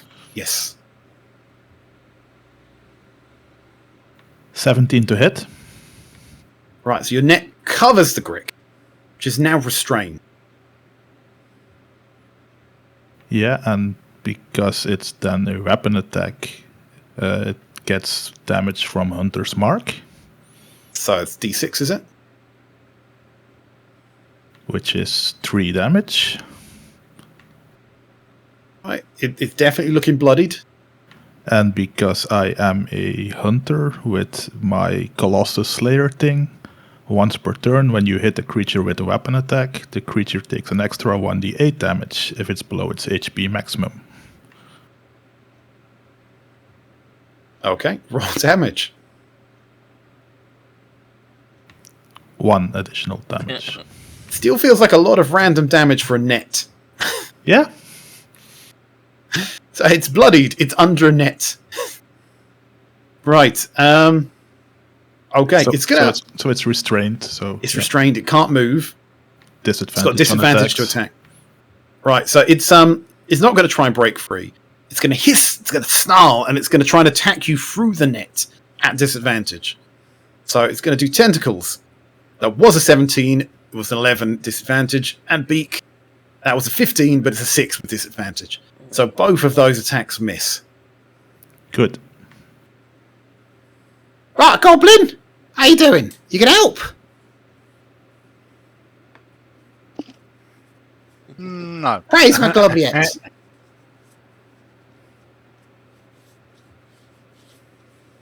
We'd have to get you a new token.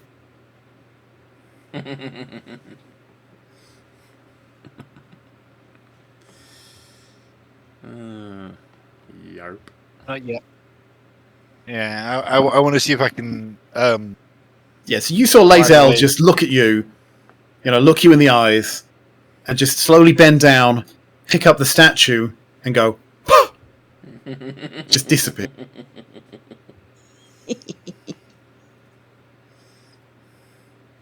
And I can't step back there because of the bonfire. Yes, there's a bonfire. You'd have to walk around. Um,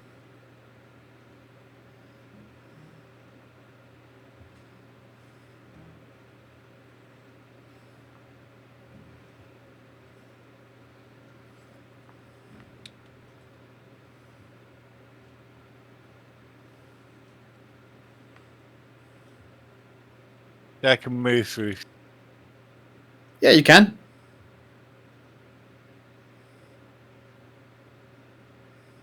We can't hear you. Testing. Yeah, we can hear you now. Yep. So I will hit it with my rapier. With Let's see if advantage. it's better. Right. Dirty 20. Roll damage.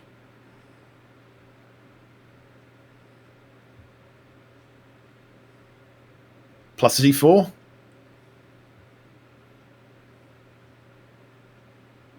$11. Right. And roll your advantage just in case you crit. Or another hit. Yes, it's restrained, so you attack at advantage. So you roll twice and choose the highest. Sorry, that was also a 20. Right, Yep. okay. How do you want to do this? I'm just going to stab it in whatever decent part I would think would be its heart. Right. With that, you stab it through its supposed heart, and the thing bleeds out on the floor, and you quietly say to yourself, "An offering of blood for Maglobiet."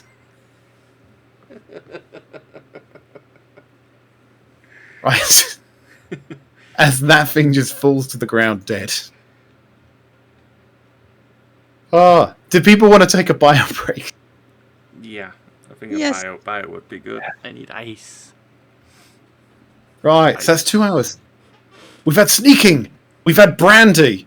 We've had the worst roll for divination in existence. Yes. Oh my god. And now you're a permanent goblin at this point. Go to break, cut all the live things, and I want to know whether this is durable.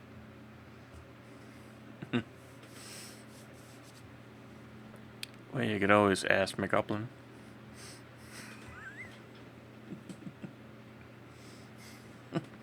Praise Jeepus. Praise Maglobiet. I should probably put us on the splash screen. Oops.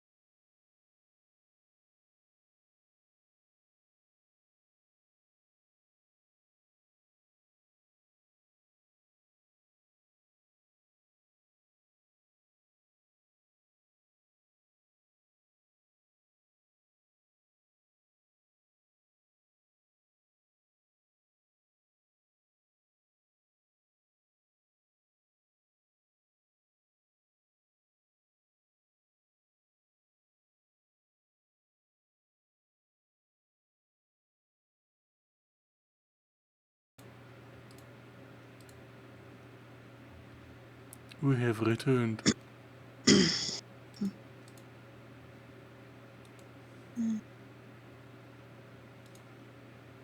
Yeah, so I'm just reading up on goblins as characters. Very interesting.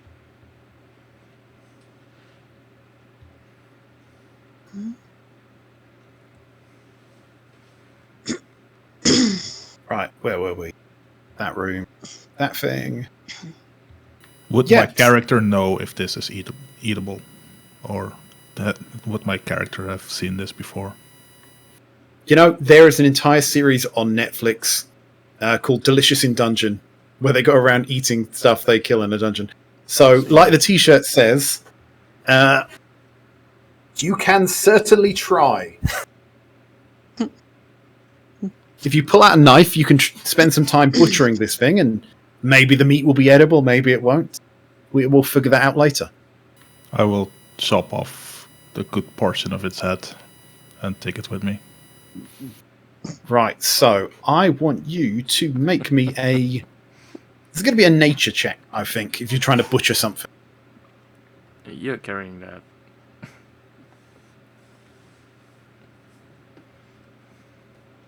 $18. Yeah, no, you definitely cut off the good bits of it.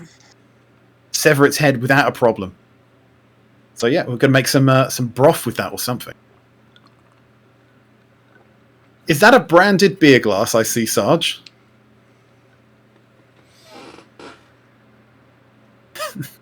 Are they available off the website, or is that a custom one for you?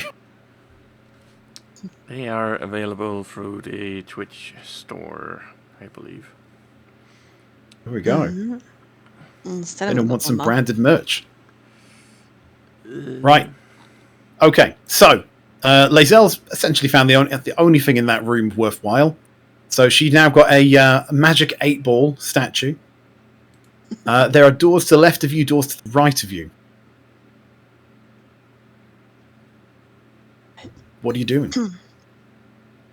I recuperate my net and unjam my hand crossbow at first. Right, so you grab both of those things, take those both.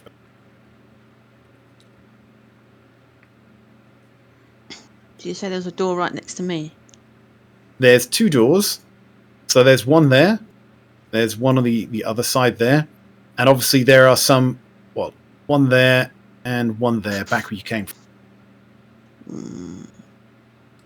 Can I ask my statue?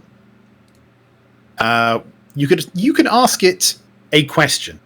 Think of it like a yes/no question. You can't say which door is better, but you could say, is something good behind this door?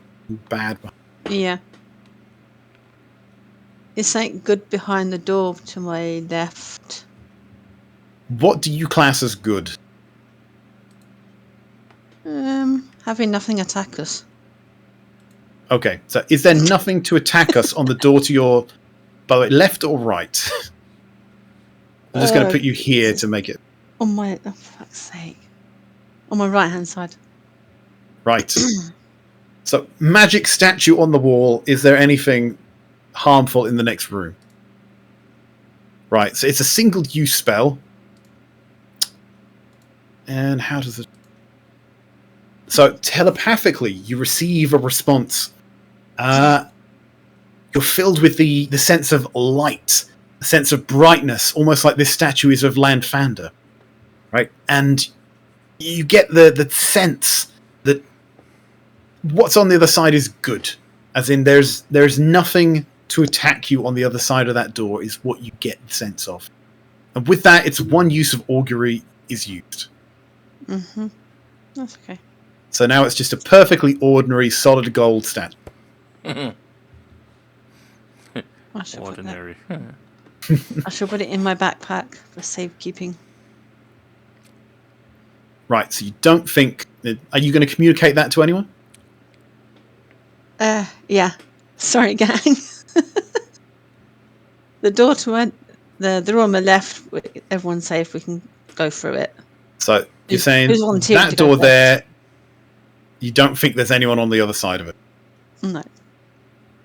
We're sending the goblin first anyway. Yep. Should we kick him in again? remember, Goblin, praise Glubiat if there's any danger. Okay, Eagle. Yep. So the group want to push you through this door. What you doing? I don't think I'm strong enough. If there's both Breaking of them, No. You cannot resist. All I heard was Yeah. don't think strong enough, and then yeah, I don't think I'm going to be strong enough against two of them. Or like, so yeah, if a joint strength overacts my strength, let it happen. So you're not going to resist it. Yeah. So Lazel just grabs you by the scruff of the neck and just says, "Get in there, Goblin," and just pushes you through the door. Right, do you remember what George suggested you do? Shouting for the new pad people. Yeah, praise me. Praise as many times as there's enemies in this room, if there are any, which I still can't see. We're working on it. We It's a should work in probably progress. also have a code word for when there's nothing there. Right, so If he's silent, there's nothing there. how many times do you say McGloviet?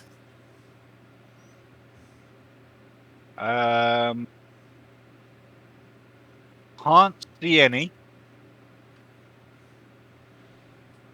So Yeah, so you're in a kind of corridor area. You can see two heavy curtains. A heavy curtain to the north, heavy curtain to the south, and you can see a door to the east. But in the area around you, which seems to mostly be filled with rubble from collapsing walls, doesn't seem to be anyone immediately in there. So I'm say it seems clear. How that Yeah. will come out, I have no idea. Always comes out surly. Right, so it's like, well, thanks for that, it's clear, Go on, blimey, I could have been killed. No, you wouldn't. I bleeding well could have been. Right, so he's communicating that there's nothing in there. Yeah. So what's happening? You guys going back? You guys going forward? I follow him into the corridor thingy. I'll go through the door as well. What are you doing, Colby? I'm just following the group, trying to stay out Okay. of trouble. So there's curtains to the north, curtains to the south, and a door to the east. Other than that, there's just rubble and ruin. I would say go north, but that's just me. I've got a hunch to go north. Then we go There might be north. There might be something bad beyond the door. There always might be something bad. Exactly. There might be something bad behind the curtain, but yeah, I would say if we're doing this clockwise, so probably say Yeah, you're going first, so I wouldn't worry.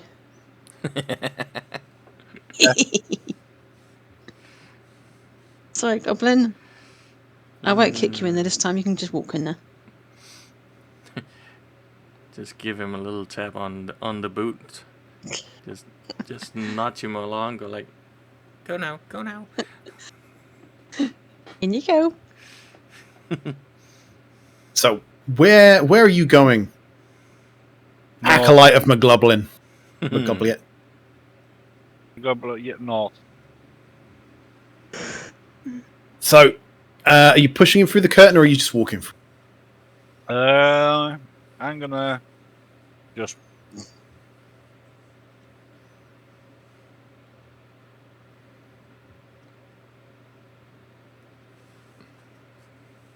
You're gonna what?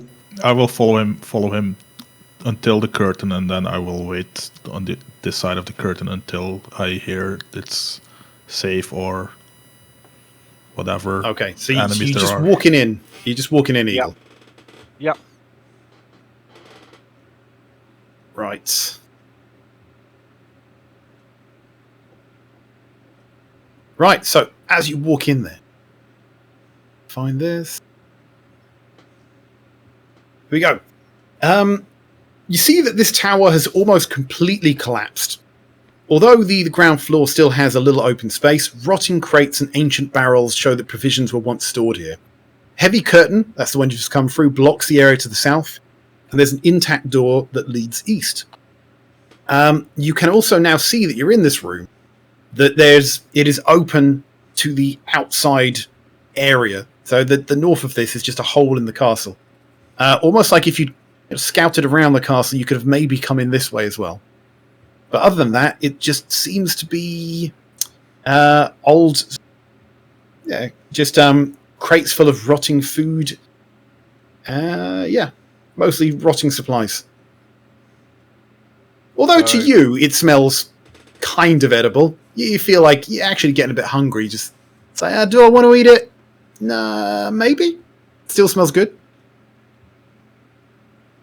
You're like one of those people, who just sees like mold on their toast. And they're like, if I scrape it off, it's good.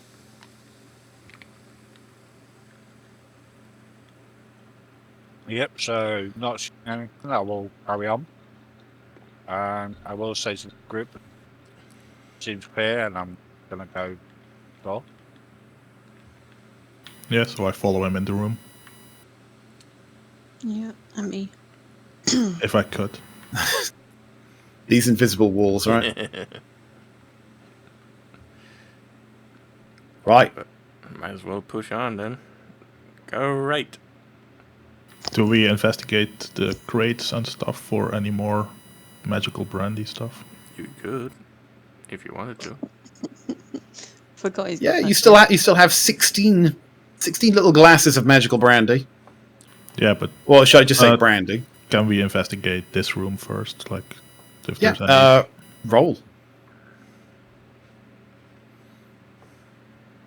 11. There doesn't really seem to be anything of interest in here other than rotting meat and rotting veg. Yeah. Which you smell kind of appetizing to our goblin friend. It's like, first a carrot! Starts noshing on it. Would I, being a goblin, know to check trap? Well, you still know what you did before. Would your character check for traps? Yes. That's a 7. Doesn't seem to be any traps on the door. Yeah, I'll push the... Right, so you just go through there. Have a little look. And nothing. It's just a bit of corridor with a heavy curtain to the south. Other than that, it seems to be pretty empty.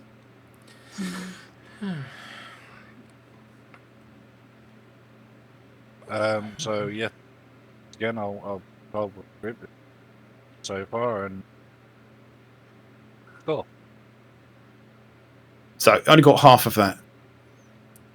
Yeah, freaking internets and No, it's not the internet. You're not speaking loud enough. yeah, I don't know what's happening. Yeah, so I'll tell the group everything seems clear, and I'm checking the next. I will follow him into this corridor room thingy. Yarp, Anyone else going in there? yarp. I'm going to wait out here. Okay. I guess not. What? Arse. Yeah. There you go. You can wait out there. Get out there, you. What are you doing, acolyte of Maglubiet? I have common sense. That's a 14 checking for traps. Doesn't seem trapped. So yeah, I'll open the door and let's see what happens. Just going to walk straight in there. Yep. Like he Like I only own the owns place. Yep. You okay? Ooh. Just that I wanted to do, and there we go. There's stuff going on. Right. Okay. That's why I didn't go in. This chamber has been set up as a crude living space. There's that, yeah. With thick furs thrown at the floor to serve as carpets. Old trophies hang on the walls, a large bed to the north, and braziers of coal burning brightly. A round table with several chairs stands to the south near the door. Near the table, on the floor, is an unconscious dwarf who looks badly beaten. Right. So what you can see is person. You can see a drow woman, right, who appears to be talking to a very tough, very old-looking bugbear with a snarling wolf by his feet. They seem to be deep in a conversation, something to do with a map. And as you walk in, you hear a couple of seconds of this conversation, right, with the drow going, "Oh, the black spider will only pay you 100 gold pieces for the map, not a gold piece more." And the bugbear saying, "It's worth at least twice that." And he just turns and he sees this goblin in front, and he's like, "Who the bleeding hell are you? You don't look like one of mine." What do you do? So I'm gonna try say Someone clip this. yes. What could go? Yep, I'm gonna try. No, I'm not going to do that. The wolf, as you're thinking, the wolf gets up and it takes a few steps towards you, baring its teeth, kind of sniffs you, trying to work out if it knows you or not. Starts a low rumbling growl. It probably would know me as synth. That's the problem. Would it? Have you ever met this particular wolf? Isn't it our one? You left Yeah, yours. It might have followed us. And they just might have nicked it.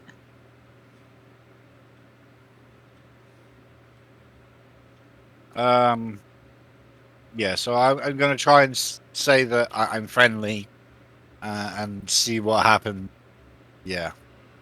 Come on, give it a bit more. What are you actually going to do? How are you going to say this? I've been cursed. You're going to tell them the truth about what's happened to you. Yes, I am. So you're gonna tell them that you've been cursed by Maglubiet. You're not actually a goblin. You're a human. Come here to save a dwarf named Gundren. Yep. And I've killed half of your friends. I will leave the half of your friend bit out. But just, tell them that we were tasked to come and save Gundren and leave it there and see whether they believe me or not. Now, normally you should be rolling persuasion on this, but it's such a cockamamie story. I feel like it's more of a deception roll. Because the truth is weirder than fiction here. Roll me some deception. And by the way, what are you trying to achieve with this by telling the truth? What are you trying to achieve? Hoping that they don't attack me. By telling them that you're not a goblin. Yes. So is that perception or deception? Deception. They're being evil. That's a 10. Nice knowing you. Right. The bugbear takes a look at you. He looks back to the drow, looks back at you, he raises an eyebrow, and he says, "That is the most bullshit story I've ever heard in my life. If I told one of you once, I've told you 100 times. Get back in the fucking kitchen and cook me dinner. You're not getting out of it with that." And, the wolf comes up and he starts baring his teeth and he starts snapping at you, forcing you back against the door. So you now got your back to the door. The wolf is about to bite you if you don't leave sharpish to make his dinner. So I will step back very carefully and let somebody. Now I can't step back. I don't have fireball. Yeah, so I'll get there. So you sidle away back out into the corridor. Yep. And let somebody else go in there and like tell the group that I think these are where we come to find, but because I look like I do, they're not taking me that I've come to help taking Yeah, so they think you're just giving them a cock and bull story to get out of cooking duty. Yep.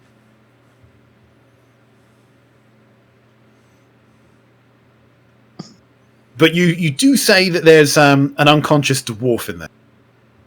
Mm-hmm.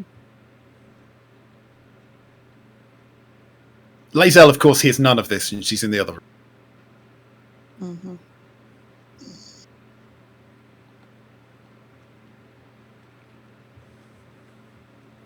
What are you doing, guys?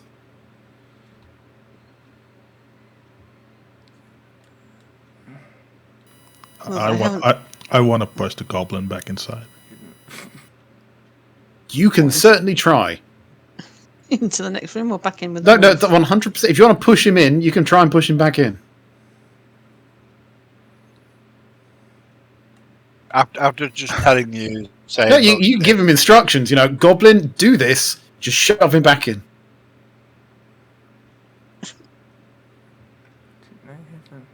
He's tempted. I can see it in his eyes. Yeah, I really am, because that's the guy we came for, probably. And there's only 3 other guys. Well, 2 guys and... What is it, the wolf or something? Mm-hmm. I'm not going in first, so...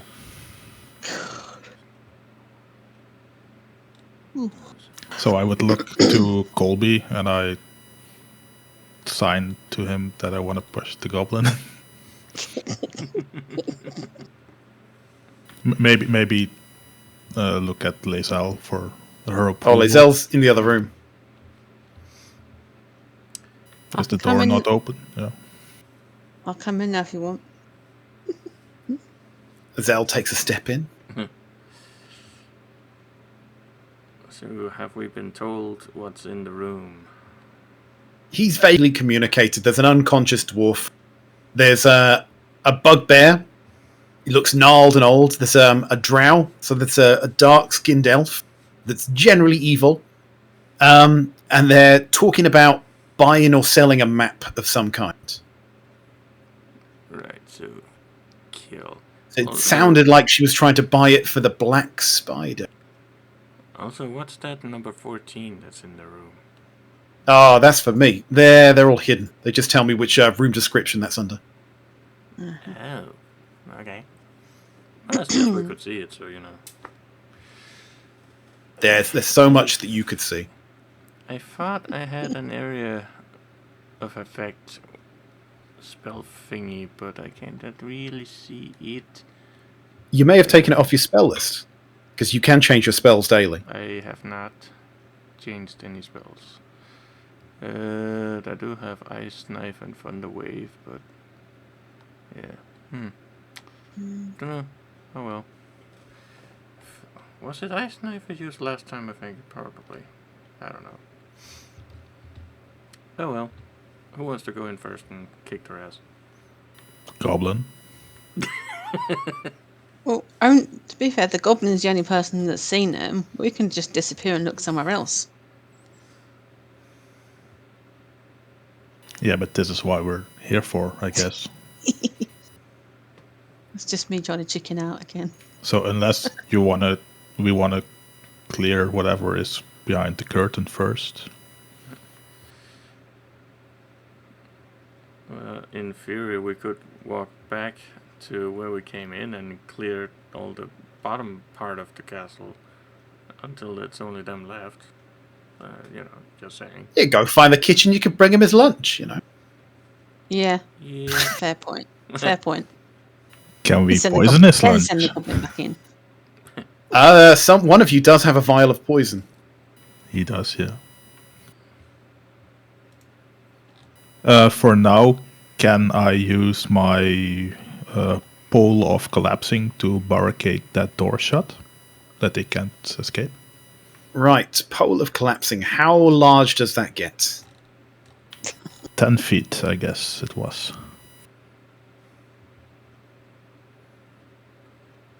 Pole of collapsing. Go. Yeah, it's not gonna hold long. 10 foot, so that's 2 squares. So you could definitely bar it for 10 feet across there. We could try.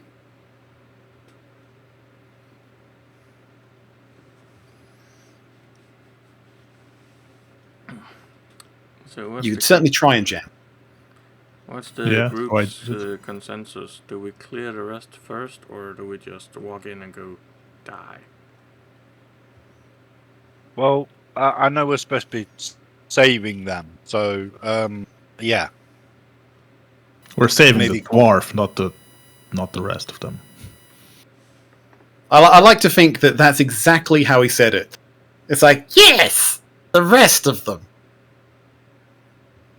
Okay, we're going to get him. The question mean, is who they- goes we- first. I can go get the food and maybe poison it and come back and poison them and yeah. Yeah, that sounds good. That's also an option, but where's the kitchen? Where indeed? Or where is the food? We haven't found it yet. Would anyone like to use perception to see if they can smell the kitchen? Yep, I will. Right, roll perception. So this is using your sense of smell. Yep. Okay. 9. You don't smell any food cooking where you are here. You're kind of smelling the overpowering scent of rotted meat and vegetables in the room next to you.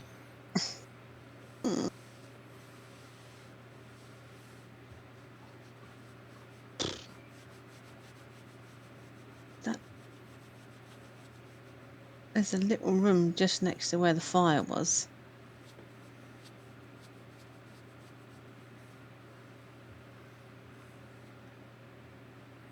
Decisions. Yeah, I mean we can carry on looking for the kitchen. I don't think we can go down. I mean, if you want to lock that off, and I'll step down to thingy. Maybe the goblin has to look behind the curtain first. Yeah. Yep. Okay, I will go behind the curtain. Hint with wagon pole. Right. So you're going through that curtain. Yep. Look out where that is. Yeah, okay. Is anyone pushing him through, or is he walking through of his own volition? He can Oh, walk through. Roll a dice about it. I'm not pushing him, but I'm Give coursing me him gentle, in give me that gentle direction. prod. Yeah, so Lae'zel's like, get in there, goblin. So you're going south? Yep. I barricaded the door with my pole, right? Okay, give me a d20 roll.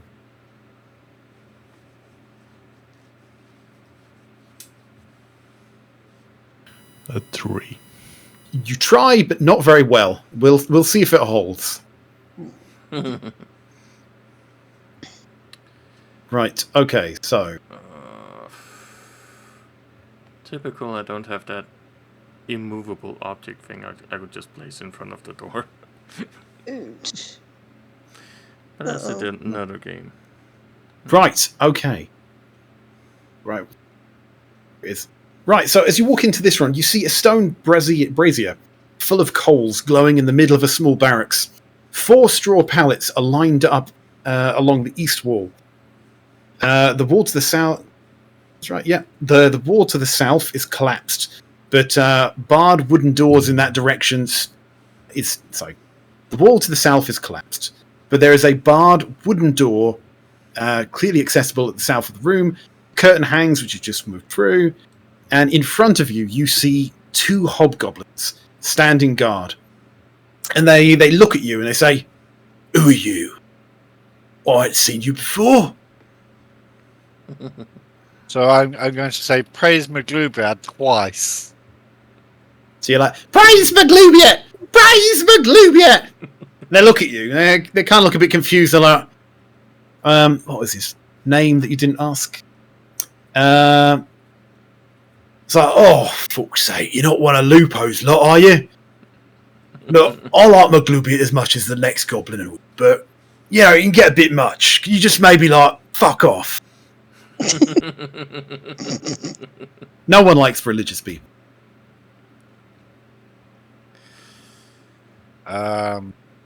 So, as you stand there, just going, one of the one to the south walks up, grabs you by the scruff of the neck, and kind of kicks you out to the north. Are you trying to resist, or duck, or in any way escape what he's trying to do?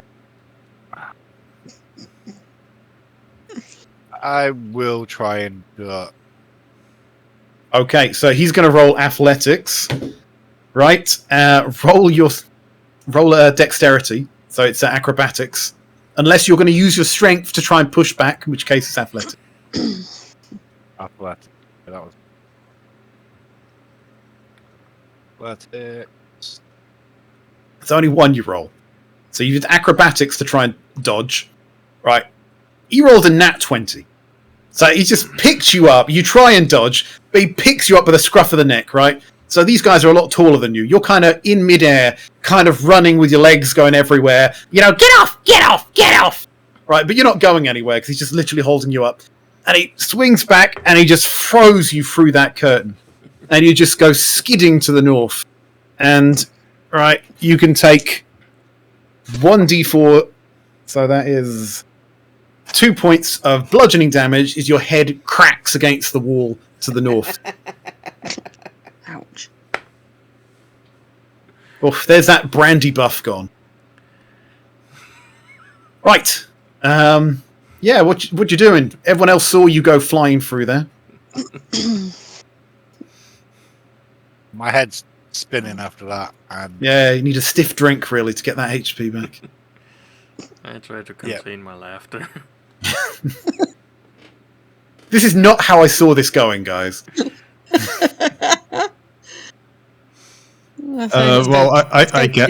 I guess we have to kill those guys because if they hear any noise in the and boss chambers, they will probably come anyway. I would guess. Mm-hmm. So yeah, I walk into the room and I try to shoot the one at the corner here with my hand crossbow. Okay. Roll initiative. Just like really murder hoboing it up. Ooh.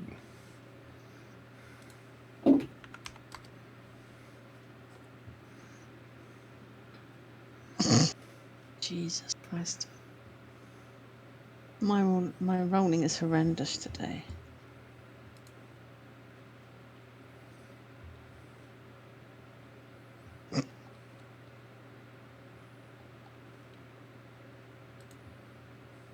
Oh, that brick shouldn't be on there.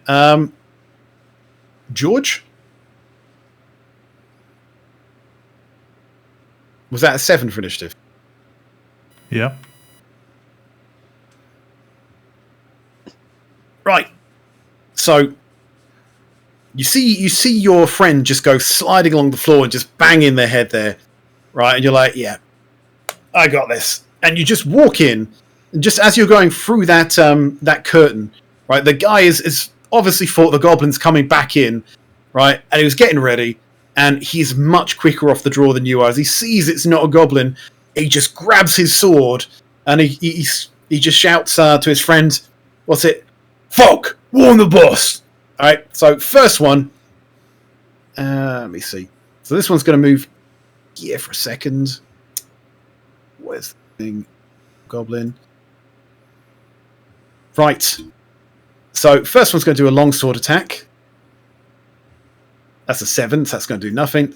Second one's going to do a longsword attack. That's a 16. JC. Nope. 18. Right.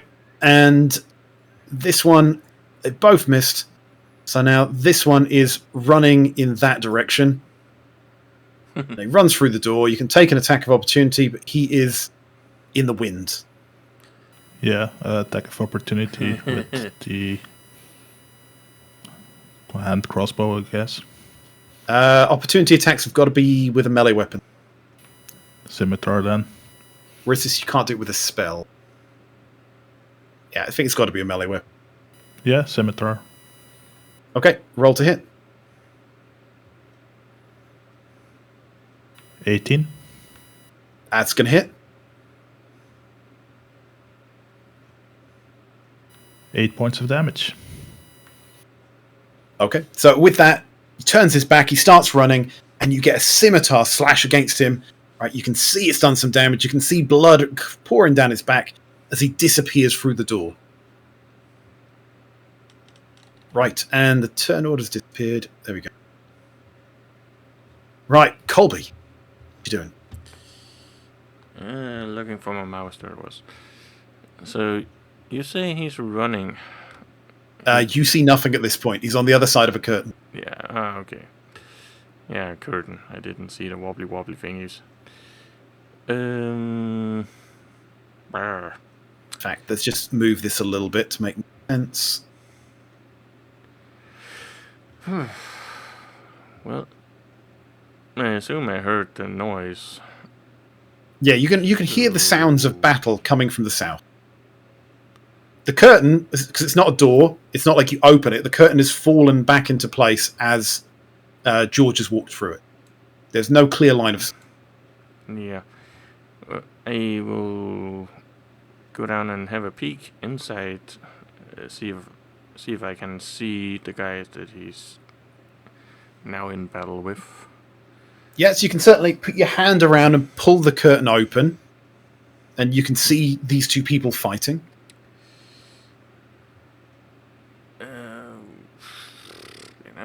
I think the most if I can do is that wall turns out a little bit. It's going to be hard to hit him with any kind of weaponry. You can move through me. It should- Yeah. You can, yes. Eesh, crap. Right. Well, okay, I'm gonna move. Oh, well, apparently I can't move because that's a border. Yeah, I should really kind of remove these doors. There you go. Yeah, right there is fine. And I will try Sacred Flame on this fucker. Okay. So he needs to make a dexterity saving throw. A 13. So actually roll. It's not right. Okay. No, he fails that. So what's the damage? That is a 2. What? Yep, 2d8 sacred damage. Oh, let's see here.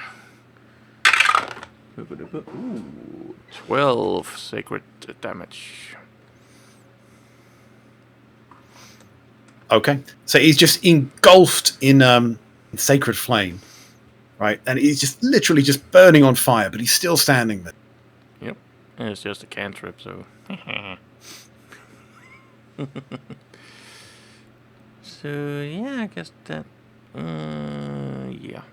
More or less all I can do for the moment. I'm not gonna bring out my companion at this point. So, yeah. Right. Lazel, what are you doing? Taking selfies. I'll go down and help them. Okay, where are you moving to?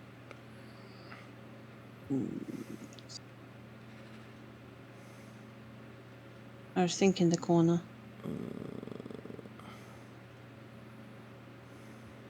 And I can't go through either. Is that what you're looking at? That. Yep. And then he's going to get my great sword up his jacksie.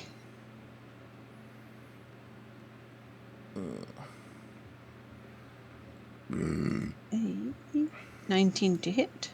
19's going to hit. 9 points damage. Right, and with that, this guy is just slashed and hacked, and he just falls down to the ground, dead.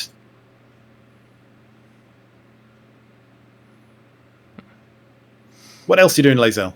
Anything? Can I do any more movement or not? 5 feet? Right, not worth it then. I'm just going to stay put. Right, Synth, you doing anything? Standing Nice back chips up and and smells. shaking that off.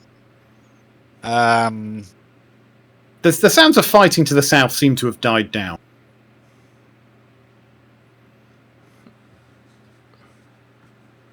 You can just guard the door. Sounds good. You can poison the wolf. I could, but while I'm like I am, don't you want me checking rooms so that? Yeah. So yeah, I'll stand up or whatever. I'll stand up, shake off the hitting my head thing.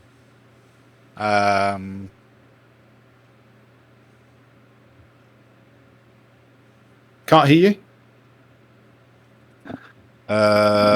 Yeah. So you're guarding the door, are you? No, I'm standing up from the throw, basically shake my head because obviously I hit my head there. Because the other guy is yelled to that he should send him warn the boss. So if the boss is in that room, he's probably gonna come that way. Yeah. Yeah, I'll guard the door then. Okay. So, as you guard the door, right, what you see is a goblin come flying through the other door. Right, a hobgoblin come flying through the other door. And he looks at you and he says, "Quick, we got intruders here!" And he looks at the door and he says, "Who put that there?" And he smacks the staff off the door, grabs you by the scruff of the neck, and pulls you into the other room with him to safety. Are you resisting him pulling you into the other room? No. So he pulls you into the other room, and he screams to the head goblin. Oh my god, I forgot this. So he screams to his name. It's like, "King Crow, we've got intruders! Intruders to the south!" And that is going to be his turn to dash there. So now they're entering combat. I need to roll up some initiative for them. Actually, we're just going to chuck them here. So where was Synth? For some reason, I've gone last. So I'm going to there. Right. We can do it like that.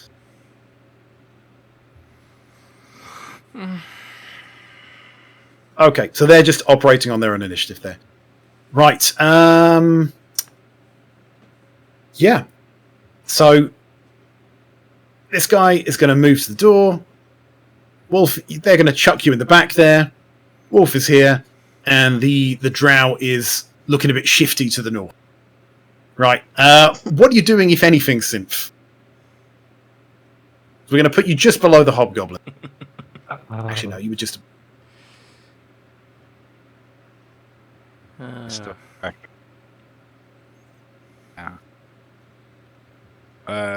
are you putting me? So King Groll is basically going to say, he's look at you and say, "Don't just stand there. Barricade the door." So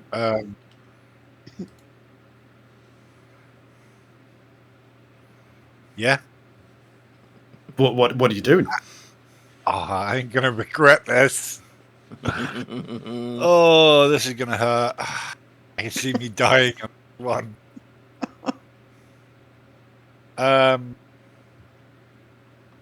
I'm gonna attack the guard with my rapier. Okay, so King Roll, the Hobgoblin, the Wolf, or the Drow? The one that dragged me in here, the one that Okay, roll to attack with advantage because no one was expecting you to do this.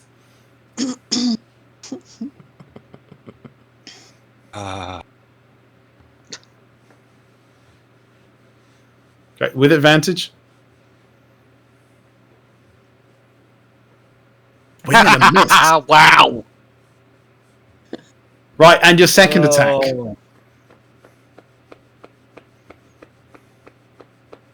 Oh, that's better. Right, but do you crit? Come on, do the second roll.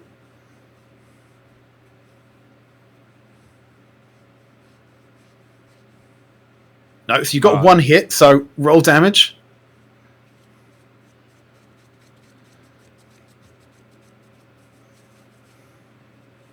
So 7 points. Oh, and a +4. 9 points of damage. Right. Okay.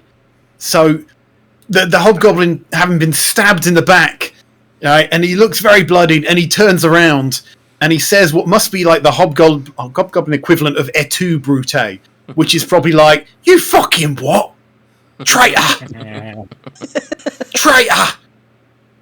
He's like, "He's one of them." So immediately the entire room turns hostile. The hobgoblin, he pulled you into the room. That was his action. He grappled and dragged you. Right, so we've got a wolf that's going to attack you for a start. See, this is a bad idea. Yeah, it's probably a bad idea. Right. Could he just exit out the room? Sounds like a nice knowing you moment. Okay, so if there's at least one of the wolf's allies within 5 feet, he attacks with advantage because he gets pack tactics. So There is. Oh. Right, he rolls with advantage anyway, so that's a 21. So that hits for 8 piercing damage. So let's take 8 off you there. So that's going to take you down to 34. Right, give me a DC 11 strength saving throw or be knocked prone.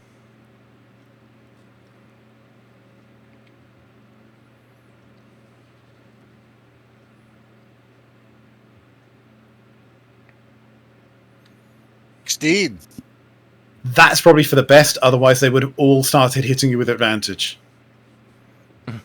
Right. Now we've got King Groll is going to attack you. Let me see. Okay, so those are his stats.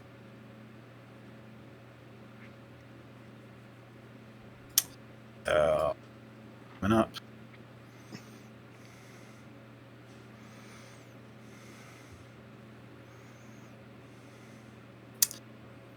Let me just bring this up. Okay, so he is to... Yeah. So he is going to attack you with a Morning Star. So that's an 18. That will hit.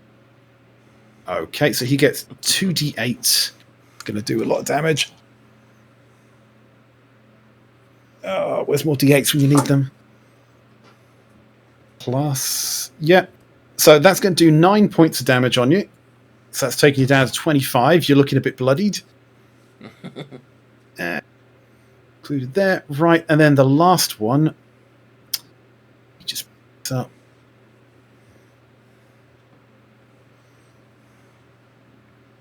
They actually got it there. Of course, they don't have it in the thing. Do you not have it there?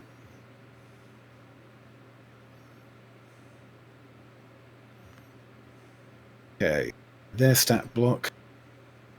Okay, so the drow is going to walk up to you. Oh, this is interesting. Right, so they're going to make... So the drow in front of you changes shape. The drow starts shrinking. The color of its skin goes from a black to a very light kind of orangey, fleshy color, as it starts to look like a goblin who looks very, very similar to you, as it attacks you with 2 slam attacks, as this thing is apparently a shape changer. So that is a 17 and another 17. They both hit. That is AC. Okay. That's going to do that plus that. So that is going to do 15 points of damage on you, taking you down to 10. Right, and that is their turn. Colby, you saw none of this. I see nothing. It's all happening on the other side of a curtain.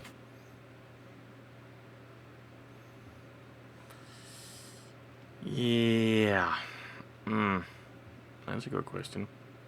So you're sitting in a room. Only, what's his face? Only gone. Only George saw this first one run out of the. You and Lae'zel at this point haven't seen a second one. You heard McGloblin. So you think there are 2, but you don't know where the second one has gone. You're on the other side of the curtain, and your goblin friend went willingly through the door, so he didn't cause a fuss. You might, if you want to roll perception, you might have heard the clang of a long staff being kicked off of a door. Well, this door here, is that still open from when That's he ran open. out, or is it closed? That's open from when he ran out, and there's also a door to the south with a big wooden bar across it. Right, so he didn't. The kind that you might see on the back of a drawer. So yeah, he the back of a gate that holds the gate closed. So he probably didn't go south. He probably ran that way. So, using my superior brain power, don't laugh. Just roll intelligence check there. Yeah, okay. With 6. Yeah. I would assume that he probably ran that, he probably ran west. So I would pursue. How fast can you go? I can go like 40 feet. So 8 squares. So, assuming that he would probably be going. Well, I don't know. I don't know where he is going, but I know that if I go through here, then I would probably realize that I'm in a place that You can I see a have curtain been. to the north and a curtain to the south. Yeah. Obviously, not being doors, curtains fall back into place after someone's gone through them. Yes. So there's no open doors as clues. No, but I'm pretty sure that I can recognize the room because I've been here before.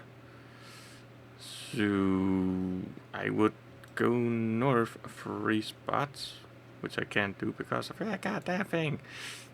And 1 more step up north. And yeah, I mean, wouldn't really. Well, I could dash, I guess, but. So you could guess that he's either run away or he's run towards the King Groll. Yeah, which I don't know is in there. Yep.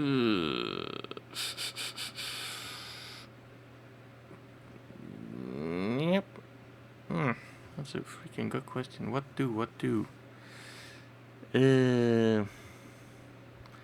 Because I could dash, but that wouldn't really do me any good because that just means I used my turn. So I think I'll just stay here. You actually do a hoof attack when you dash.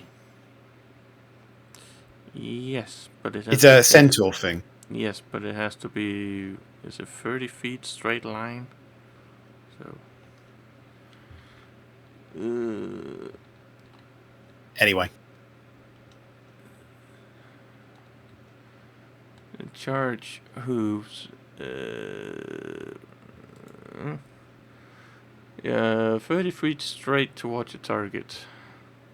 And hit it with a melee weapon attack on the same turn. And there's doors in the way anyway, so I wouldn't be able to do anything. So, yep. Oh, just give me 2 seconds while you think of what you're doing.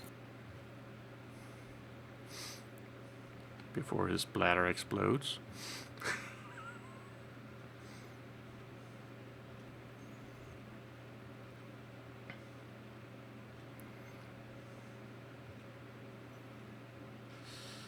I used my movement, I can't see where he's gone. So I guess I'll just have to stay here. The DM done a runner. Sorry about that. Right, have you made a decision? Well, I believe I'll just be able to stand here, because if I use any kind of action, then I don't have any action even if I were to encounter them, so I guess I'll wait here for my next turn. Okay. George. I would look through the curtain and see that our goblin friend has left, and I will... And you'd see your staff on the floor. Yeah, so I would assume that at least he went inside. Yeah. So I would move in that direction. I will do a signal to Lae'zel to follow. I'm following. Is the door still open? It was shut when he ran through it. He was ordered to barricade, but he didn't want to, so it's not locked.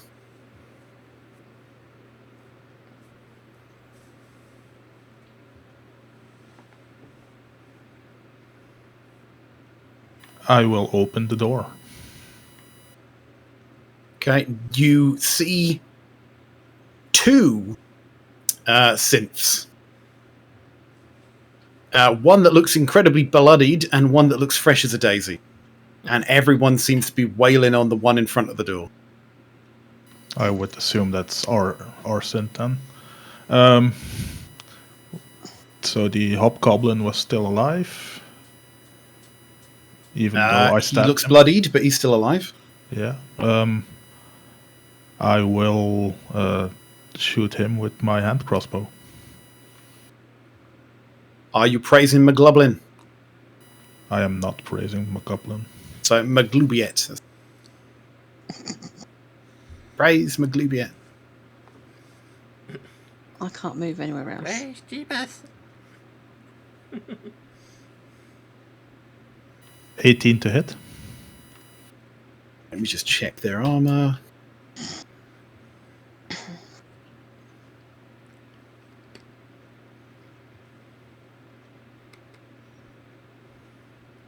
Uh, 18 will hit. For 6 points of damage. And that guy is down. Okay, so then I would probably see... Well, I'm not gonna attack the second synth because I'm not 100% sure. But let's say I will shoot at the... What was it, the wolf thingy? Yep, there's a wolf. He's probably not wearing any armor, so I will shoot him with the hand crossbow with the penalty thing. Yep, okay. Roll to hit.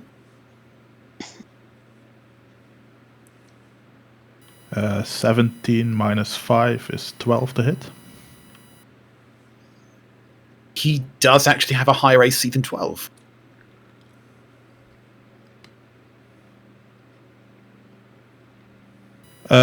Then I'm still have my bonus action hand crossbow expert attack, which also lets me attack again. Again to the wolf with the penalty thing. Okay. Roll to hit. 23 minus 5 is more than enough, probably. So 18 to hit. That's going to hit, yep. So that would be 19 points of damage. Now, just to check, this third attack, where was that coming from? That is my crossbow expert attack. That's Crossbow the feat. expert attack. Yeah. When you use an attack action and attack with a one-handed weapon, you can use a bonus action to attack with a hand crossbow you are holding. Yeah, okay. Right. And that's my So that hit. attacks. That's my So what's bonus the damage? action. That was 19 points of damage to the wolf. It's like 19 or 9? 19. 1-9.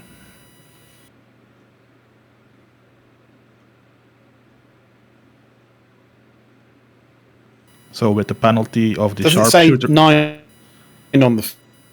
Yeah, but with the sharpshooter thing, where I took the penalty from, it adds 10 damage. Crossbow hand damage, 9. Can you use the sharpshooter on that extra attack?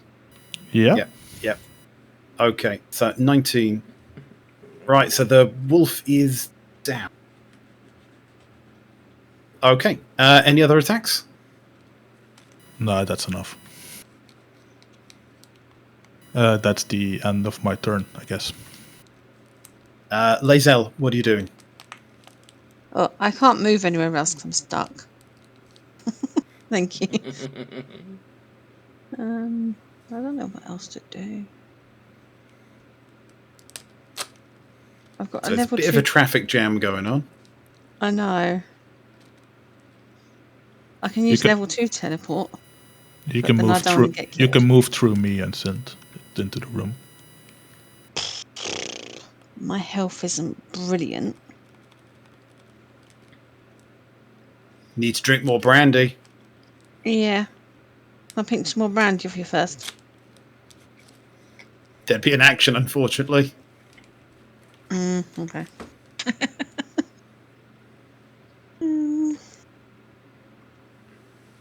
That's on it. Level 2 teleport, please.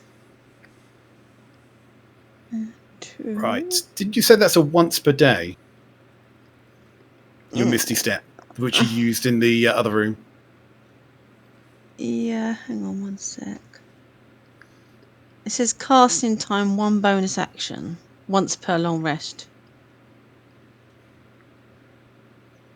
Yeah, so you haven't long rested, so you've used your once use. Mama. Okay. Stuff then. What to do? Okay. Since I've already moved 5. I can't go through the door now. I want to go behind there. Front. Are you trying to move there? That space there. Okay. Too far, isn't it? Yarp. Okay. So there's fine. I think it's got to be. Count, clearly. Okay, then I'm going to use my... Feels 1 square too far. Yep. Yeah. And use my greatsword on her. So it's 1 square too far for you to get there.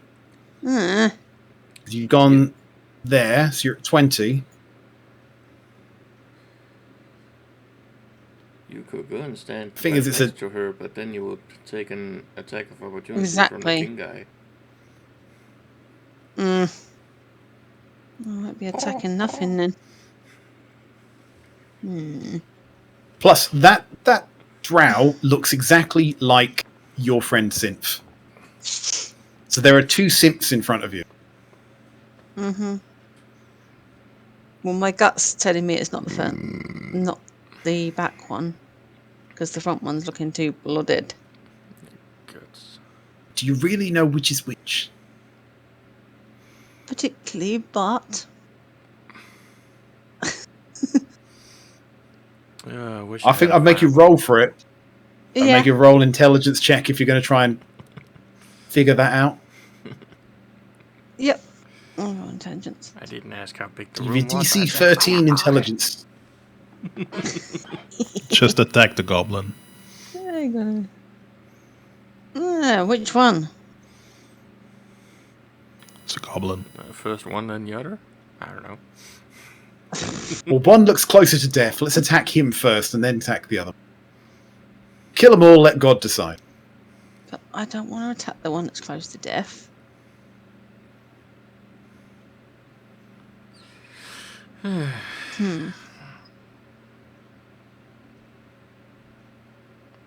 Would the king guy got an opportunity attack on me if I moved back? Yes. Because you're right up next to his token, even though there's a door. I'll just roll an intelligence check. Well, you're going to shoot at one of the goblins. That's happening. And then you roll an intelligence check Jesus. to see whether you shoot at the right one. And it's DC 13. Okay, hang on. So what am I throwing? What am I throwing? So you definitely shoot. Hand crossbow. The 6 to hit, so fails miserably. Well, that's going to miss both of them anyway. Fire your second shot. Ooh, 21. Right. Now, did you hit the right one? DC 13 intelligence saving throw. Not saving throw. Intelligence check. Hang on a minute. Can you say that again? Because you were breaking up a bit there as well. Intelligence. So DC 13 intelligence check. Hang on. I can't even see which one I'm fucking supposed to do. I've got a saving throw. It's right at the top next to your Oh, the strength, top row. Constitution. Yeah, No, I've check. got it. Just click on intelligence. I've got it. Yeah. Plus 8. 0. So you fire at the wrong one. Typical. Roll damage. 6. I kill him. Zinf takes 6 points of damage. Lazel, I think that's your go. What? I am hurt. Synth, what are you doing? I am crying in pain. How is that plan working out for you? Not very good. God. I'm very much hurt. I don't know how much strength I have within me, but I am going to try and hit this thing below me, and hope to, because I'm attacking them guys, that at least one of them.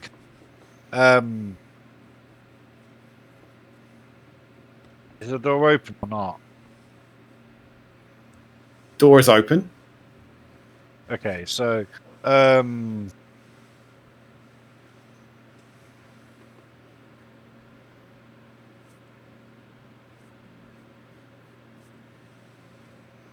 Dusko's character can see what I'm doing, so hopefully, yeah. So I'm just going to attack the creature below me. That's Right. The bugbear. Yep, the bugbear. King Groll. Roll to hit. 15. Quick look. No, that's not going to hit. And again. 22. Okay, so that hits.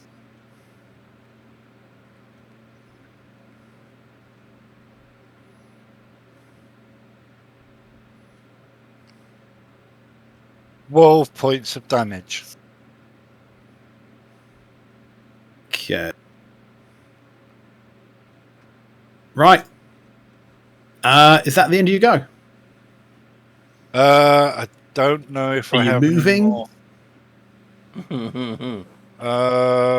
If I do move, we get an attack of opportunity. You can move to where the wolf was. Yeah, I will move to where so that way I don't get an attack of opportunity there. So somebody else could come in. That'll still keep me within range. Don't attack. And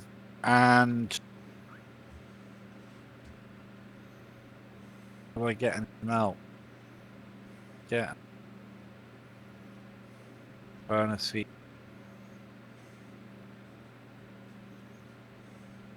I've used all my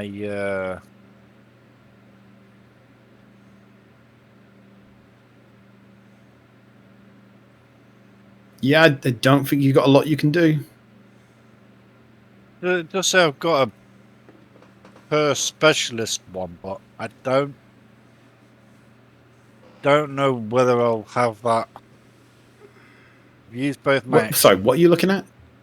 I got the blood malediction cure curse specialist thing. You gain an additional use of your blood. So I've got one of them, but I don't know. Yeah, I don't think that's anything you're going to be able to use. And I've used both my actions, so that's me done. Okay, so Hope to God I King don't Groll die. is going to take a whack at you with his Morning Star. Right. And that is a 17. Oh, that is my AC. Right. Still have this. And that is 8 points of bludgeoning damage. 8 is more than I had. I am conscious.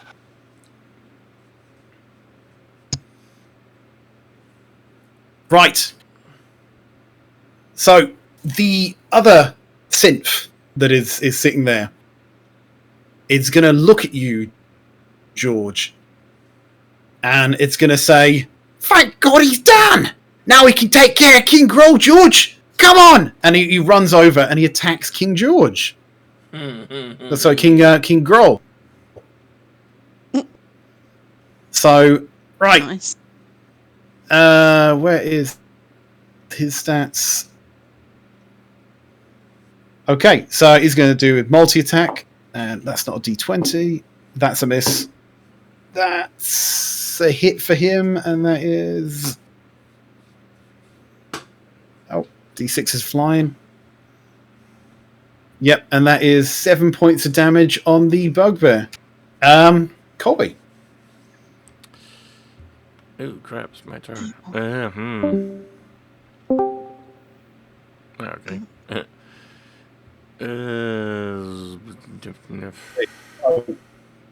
Yeah. So, things him out by name, right? Said, thank God that thing's down! Now let's get King Gold, George! And he's just ran up and attacked the bugbear. Yeah. An invisible barrier.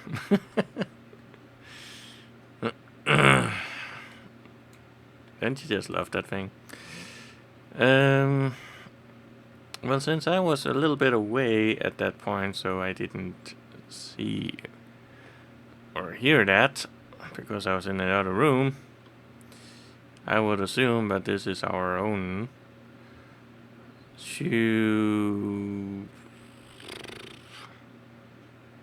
I used half my movement. Problem is, if I try and move, then I won't be able to move because that's a bogey, or that's an enemy. So theoretically, He's currently friendly to us, so I would expect us to be able to move through it. You can certainly try. Well, I can certainly try to move to this location then.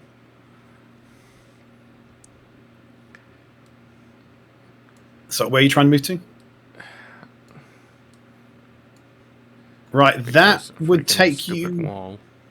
Well, I tell you what. You front, chuck you there.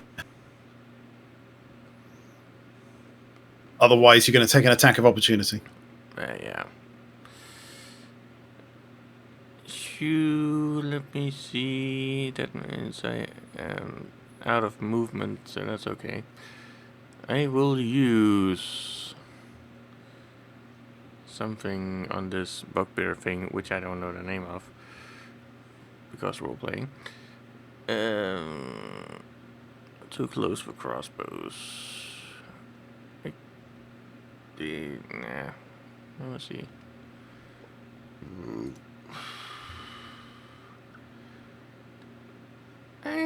Well, just use Sacred Flame on the fucker.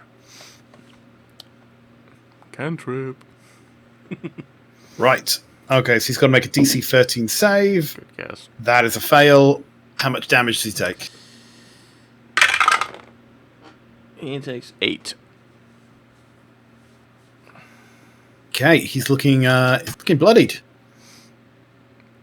George. Burn, heretic. Yeah, crossbow attack on the bugbear. Wait, let me Right, first. roll to hit. Can I first put the hunter's mark on him? If it's still yeah. in the 1 hour thing.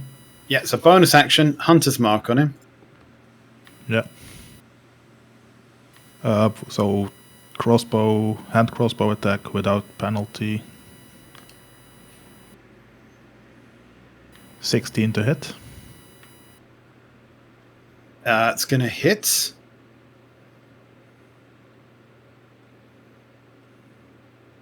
So that's 10 points plus the hunter's mark thing, which is an additional 13 points of damage. Okay, he's still up. Second attack, same thing. Ah, wait, he already took damage, so it also has the Colossus Slayer thing, which is an extra 1d8.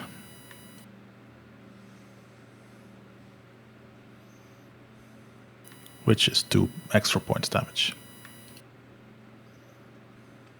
Okay. That's your first strike? Yeah, so second attack, same thing with the hand crossbow. 20 to hit. 20's going to hit. That is 7 for the hand crossbow, and then an additional hunter's mark damage thing for 4, so 11 points of damage. Right, and with that, just arrow after arrow going into this guy. Right, he just looks at you, and he looks at the pair of simps, and he says, "Traitor," and he just falls over dead. And the synth, the one who's alive, looks at the group of you and says, "Yeah, that was easy, wasn't it? Yeah, let's see what he's got." Oh, I wonder if we should just end there with one synth on the floor dying and another synth, It's evil. taking his place. Nah. That might be a good place to stop there. Or we can keep going for another half hour if you want. That's I'm okay. Keep it going. I don't for mind a an hour. half. Okay. Okay. Right, Half, Synth, can you make a death saving throw?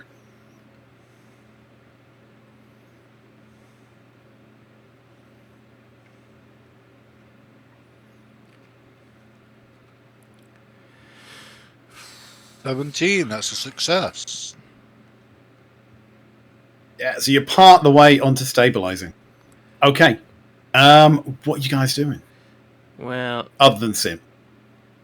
Seeing as there's two of them, but they're wearing the same clothes that ours was wearing. One might have a fishy. backpack, one might not. Something fishy. I would cast Cure Wounds on the one that's dying, just so we are sure. Why would you go and do that? That was like a shape changer or something. No. And I would say the line, Sint. Say the line. Praise McGloblin.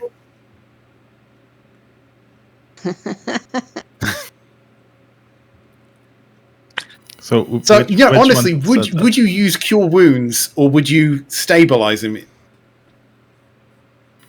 Cure Wounds gives him. Then he's awake, right? Because you could be healing an enemy, and you have absolutely no idea. Well, I saw it. Because I know it's a bit metagamey because you know, but your character does.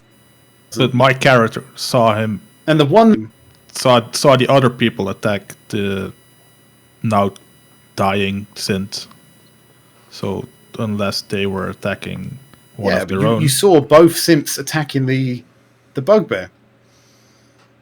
Yeah, but I would not expect them to attack. Well, the other guys to attack their own. Exactly. That sure that you wouldn't stabilize him, you'd actually heal him up. Yeah, and if he attacks, he dies. But okay, Do it. So I heal him with Cure Wounds. So roll some healing. That would give him 10 points of health. Okay. Right. Let's just chuck you all in the room. So there are 2 synths.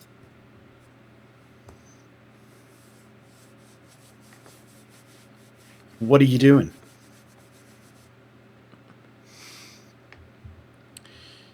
Well, I'm gonna take a look at this here dwarf down here.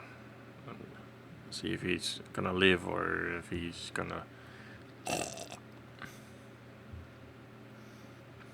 Right, okay. So there is an unconscious dwarf in the southwest corner. Yep. So he's appears to be alive. Is he conscious? He just said he was unconscious. Yeah, he's unconscious. How badly damaged is he? He looks fairly beaten, like he's been interrogated pretty roughly. But he's gonna live. So, okay.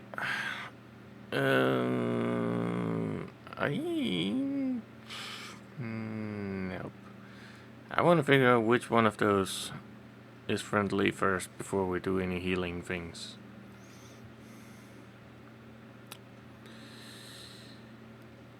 So, come on, guys! You know me! I'm synth!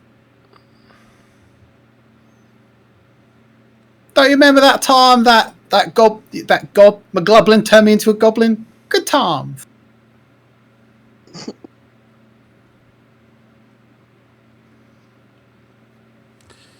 What are you saying, synth, to try and convince your friends that you are the real synth? I'm going to say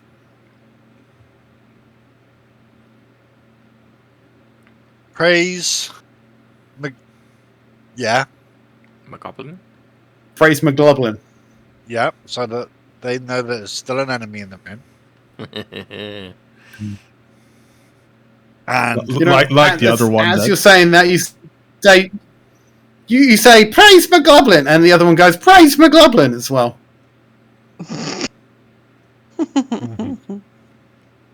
and if I suggest a short break, that will stop my sword from crackling. Your sword stopped crackling the moment you fell unconscious. Yarp.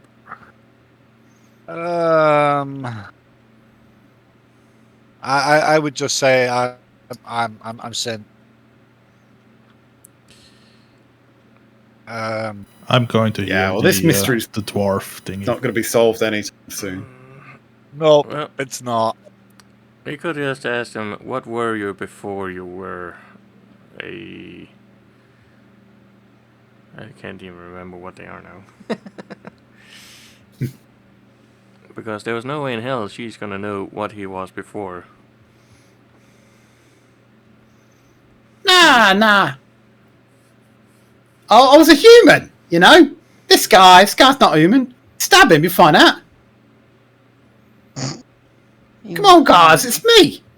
Don't you remember we came down here to find Gundren on his map?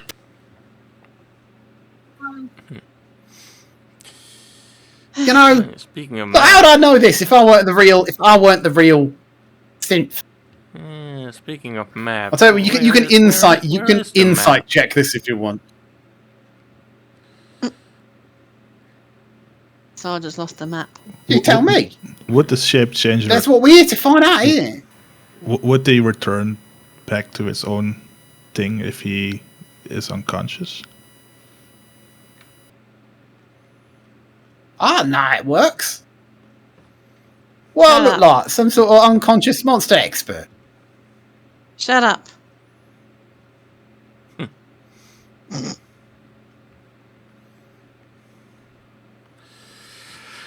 I think George has a good question there, actually. Because we can just kill them both. Well, it said it was human before, but it didn't say what class. So I'm assuming that the one that's feeling good is not ours. But that's my thinking. No, you got to insight check this and roll for it. Do you believe it? Inside. What the hell? Ooh, +5. Ooh, 17. There you go. Right. See what exception is.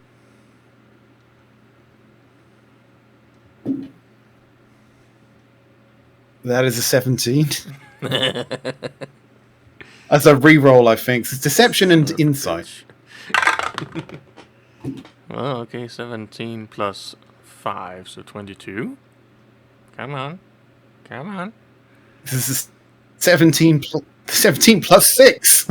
23. Oh. It's very deceitful. Hey. It's very convincing. Very convincing. I'm Can going I just to stab her anyway? No. I since my sword stopped crackling, I'm going to do the one thing I know I can still do. I get one. I've got my last turn of that.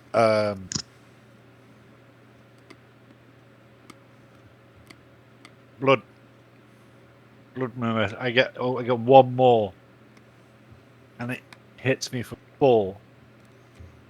So I'm going to use my last turn. It's going to hurt me, but it's not going to kill me. Roll initiative.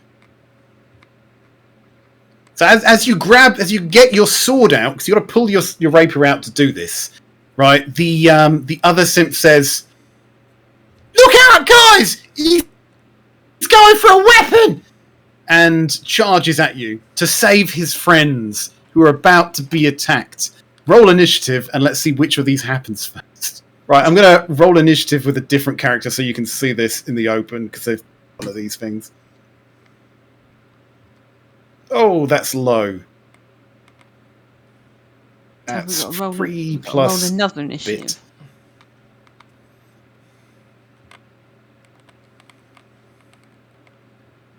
So what's your initiative roll, Synth? It's in. Right, so grab your sword. You start crackling it. Roll damage. The D4 damage, right?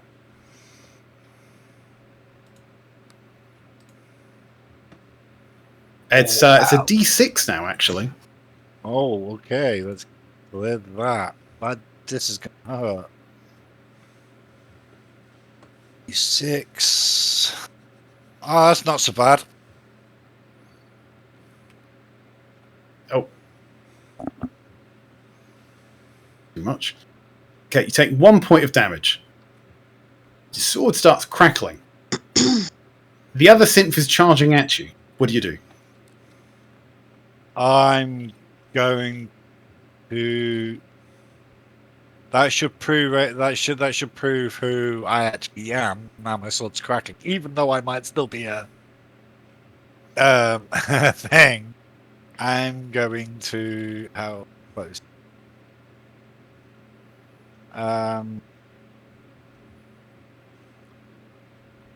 Yeah, I'm just gonna try and take his head off with the crackling sword. Hit. Let's hope it Right, hits. let me just check. Yeah. That's a 24. Okay, and roll with your second attack as well.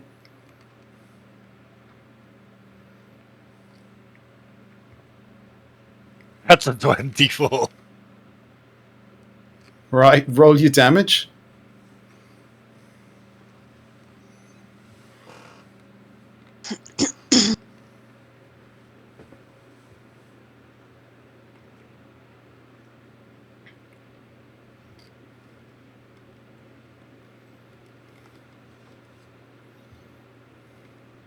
So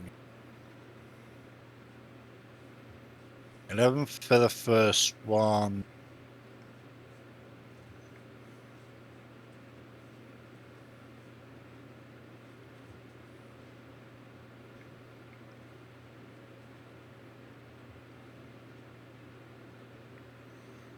Eight on the second.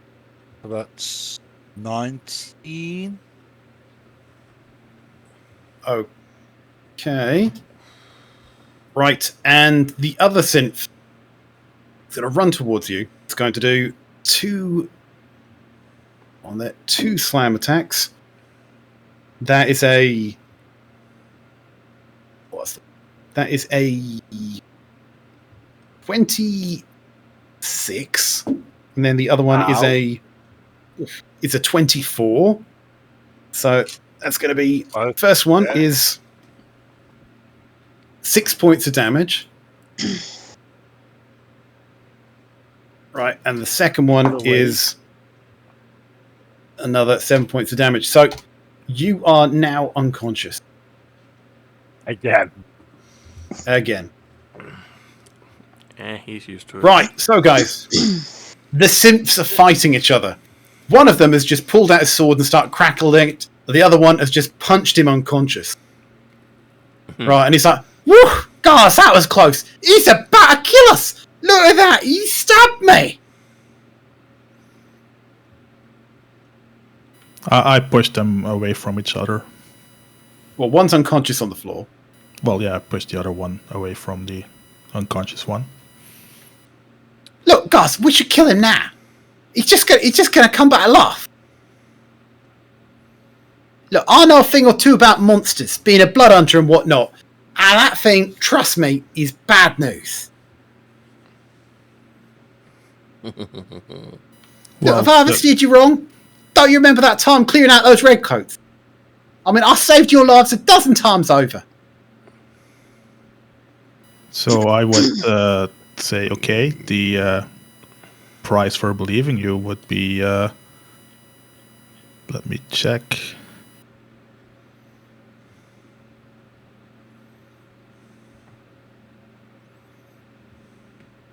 I have to scroll back in my notes.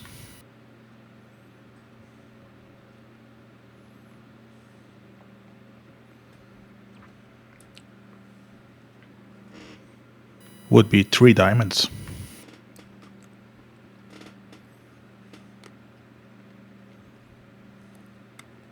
The price would be 3 diamonds.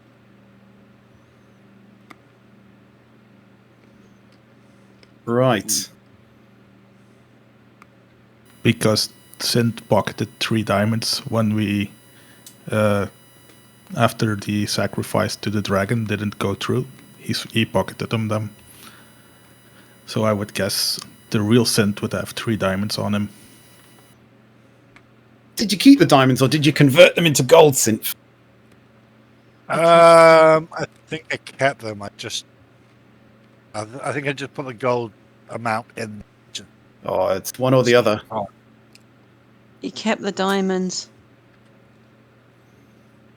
I do know in my notes it has three gems worth of gold. So Yeah, but we do this. When you go back to town, we pretend for speed that you convert the items into gold. But you can obviously keep the items for flavour. You have been back to town at least twice. and I forgot about them, so I would have would still have them. But you've been back to town once because you went back from Thunder Tree.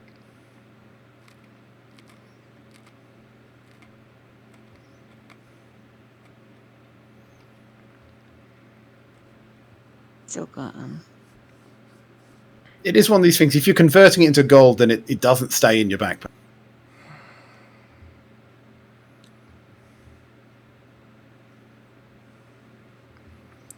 TikTok.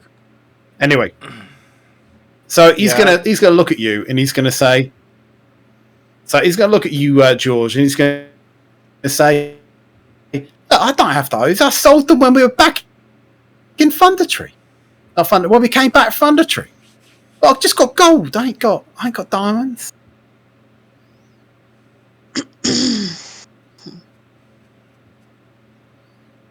Anyway, So he's going to roll persuasion on that. And he rolls with advantage. So he has rolled 17 plus 6. So he's rolled a 24 to his persuasion. 23 to his persuasion. You can insight check that. I will You're going to have to crit.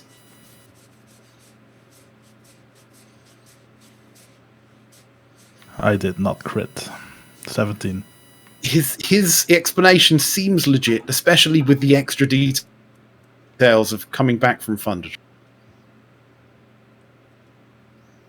Can I check the pockets of the unconscious Synth for the whatever diamonds then? You can try and check his backpack. Would I find them there? Right, so you bend over, you start ruffling through his backpack, and the other synth makes a bolt for it. And it runs through that door, out in this direction. Lae'zel, you can take an attack of opportunity.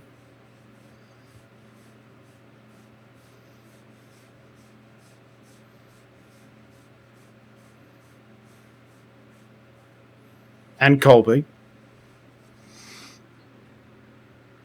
That was our one that just did So, that. Lae'zel, Ew, well, I ain't gonna well, get firstly, are you sure that it... Yeah. And are you sure you want to even attack him? Because you don't really know which is the right synth. I still want to attack him. I don't hit shit. Roll to hit Lae'zel, then. 'Cause I know it's not him. It's 15. I'm going to do it. And he dashes, and he runs off into the distance unless you are pursuing him. Nah, let him go. Or her, or whatever. He's already gone. So a mysterious stranger that Synth knew was a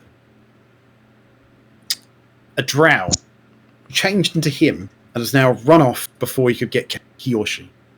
Right, what are you doing now? You're rifling through his pack and you find just what you would expect there. Rope, bits and pieces. It's an excellent opportunity to steal from him while no one's looking. No. I mean, he does have a +1 longsword.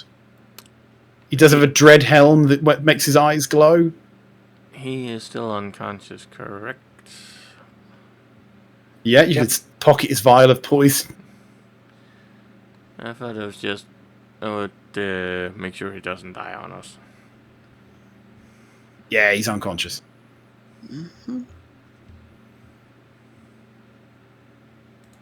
Am I unconscious on death saves or unconscious with 0? Just unconscious. Like I So was on he the knocked you out with his bare hands. Got the shit knocked out of you. So I'm on 0 health points, not death save. Yeah. Right. So I investigate the room.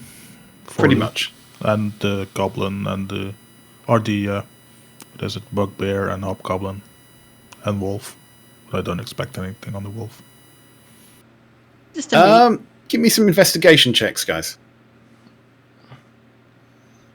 I mean, there's somebody actually give me healing, so I can put myself. 9. 13. Right? Colby? Investigation. What's your investigation? Investigation is 16. So, as you all start searching the room, Colby, as he searches underneath the bed of King Groll, manages to find a map. All right, so this map tube, as he pulls it out, there's a map of the general area of Phandelver. What if we can even just get onto this? One.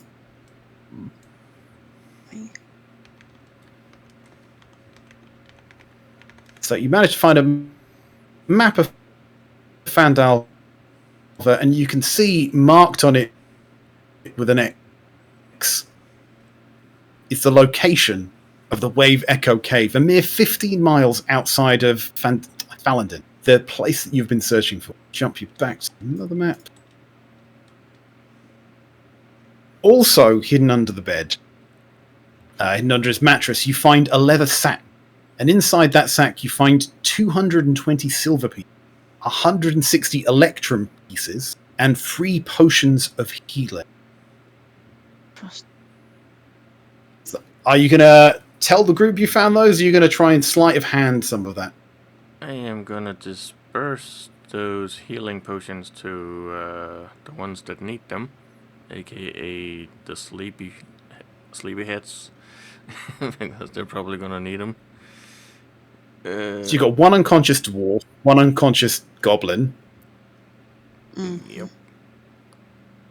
And you said how much electrum and silver?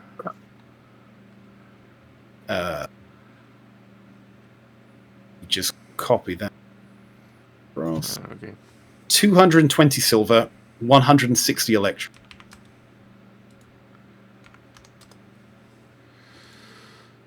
Yoink.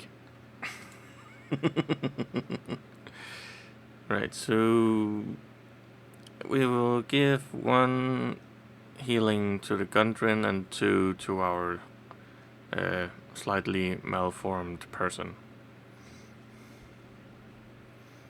So they can get some HP back. Right, so Eagle, sorry, Sarge, if you want to roll up some health for Eagle. I can do that. Their healing potions are like what? D4 or D6 or D8? Can't remember. Potions. They are 2d4 plus 2. 2d4, okay. So I'll give 1 to Gundren first. 7 plus 2, so that would be 9 hit points for him. So he should be awake-ish. So he's going to pop up with 4 hit points because he's a commoner. Okay, so 8 for the first bottle for Eagle, and another 8 for the second bottle for Eagle. Right, so Eagle's going to pop up with 16, I would say. 16 health. Right, so what I want to do is I want to stop it there. Yep. Because with Gundren, I think there's going to be a lot of exposition, and I think none of you will remember any of it in 4 weeks' time. Probably. So 4? I think that's a good It's place to probably stop. going to be more than 4. Probably. But that's the point. If you start doing that now, none of you will remember what's going on. And Right. think I need a long rest. that there leather bag, was that just a standard leather bag, or was it something else? Oh, it's a standard leather pouch. You can take it. You can keep it. I'll take You could fill it with water and throw it at people. Don't give me ideas. No, you could do a lot with a leather bag. Just get some pieces of metal, put it in it, jangle it like it's got money in it. Just hand it to people. Here's the money. Run off before they check. Okay, fair point. Or just put stuff in it. If you're not taking it, I will take the leather sack.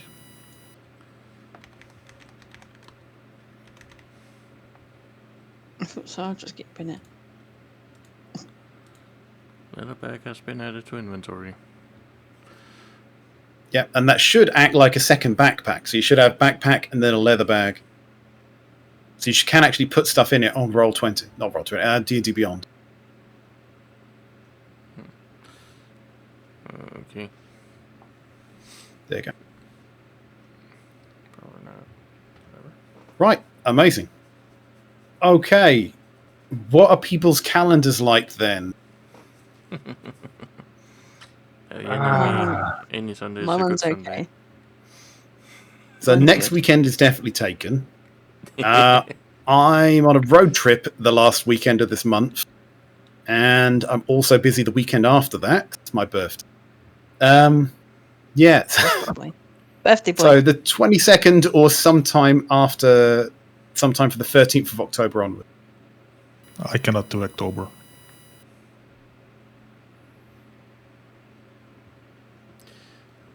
So what, the 3rd of November? That's a fucking long ways off. Each. I can do the 3rd of November. Yep. I will say third seems okay at the minute.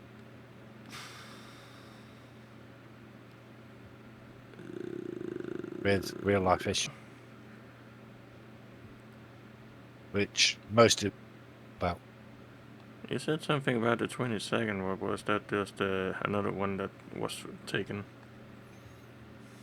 That's one that's supposedly free. For me, anyway. Don't know what the rest say. I mean, let's look. What, the 22nd of this month? Yeah. Yes. That sounds fine. I can Yeah. also do that. Yeah. Rather that than November. So we can. Well, it's going to have to be November, the next one after that. Yeah. Yeah. Well, at least That's we alright. can sneak in one. That's actually 14. Yeah, it's 2 weeks 14 off. days. And then we 2 can have weeks. a nice long snooze until 3rd November. Well, not really, because me and Tide are both in next week's session. So am I. Oh, Yeah.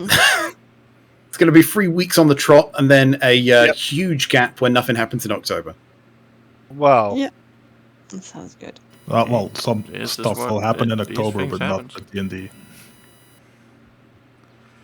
Okay, there we go. So let's pencil that in, And say bye-bye to Twitch.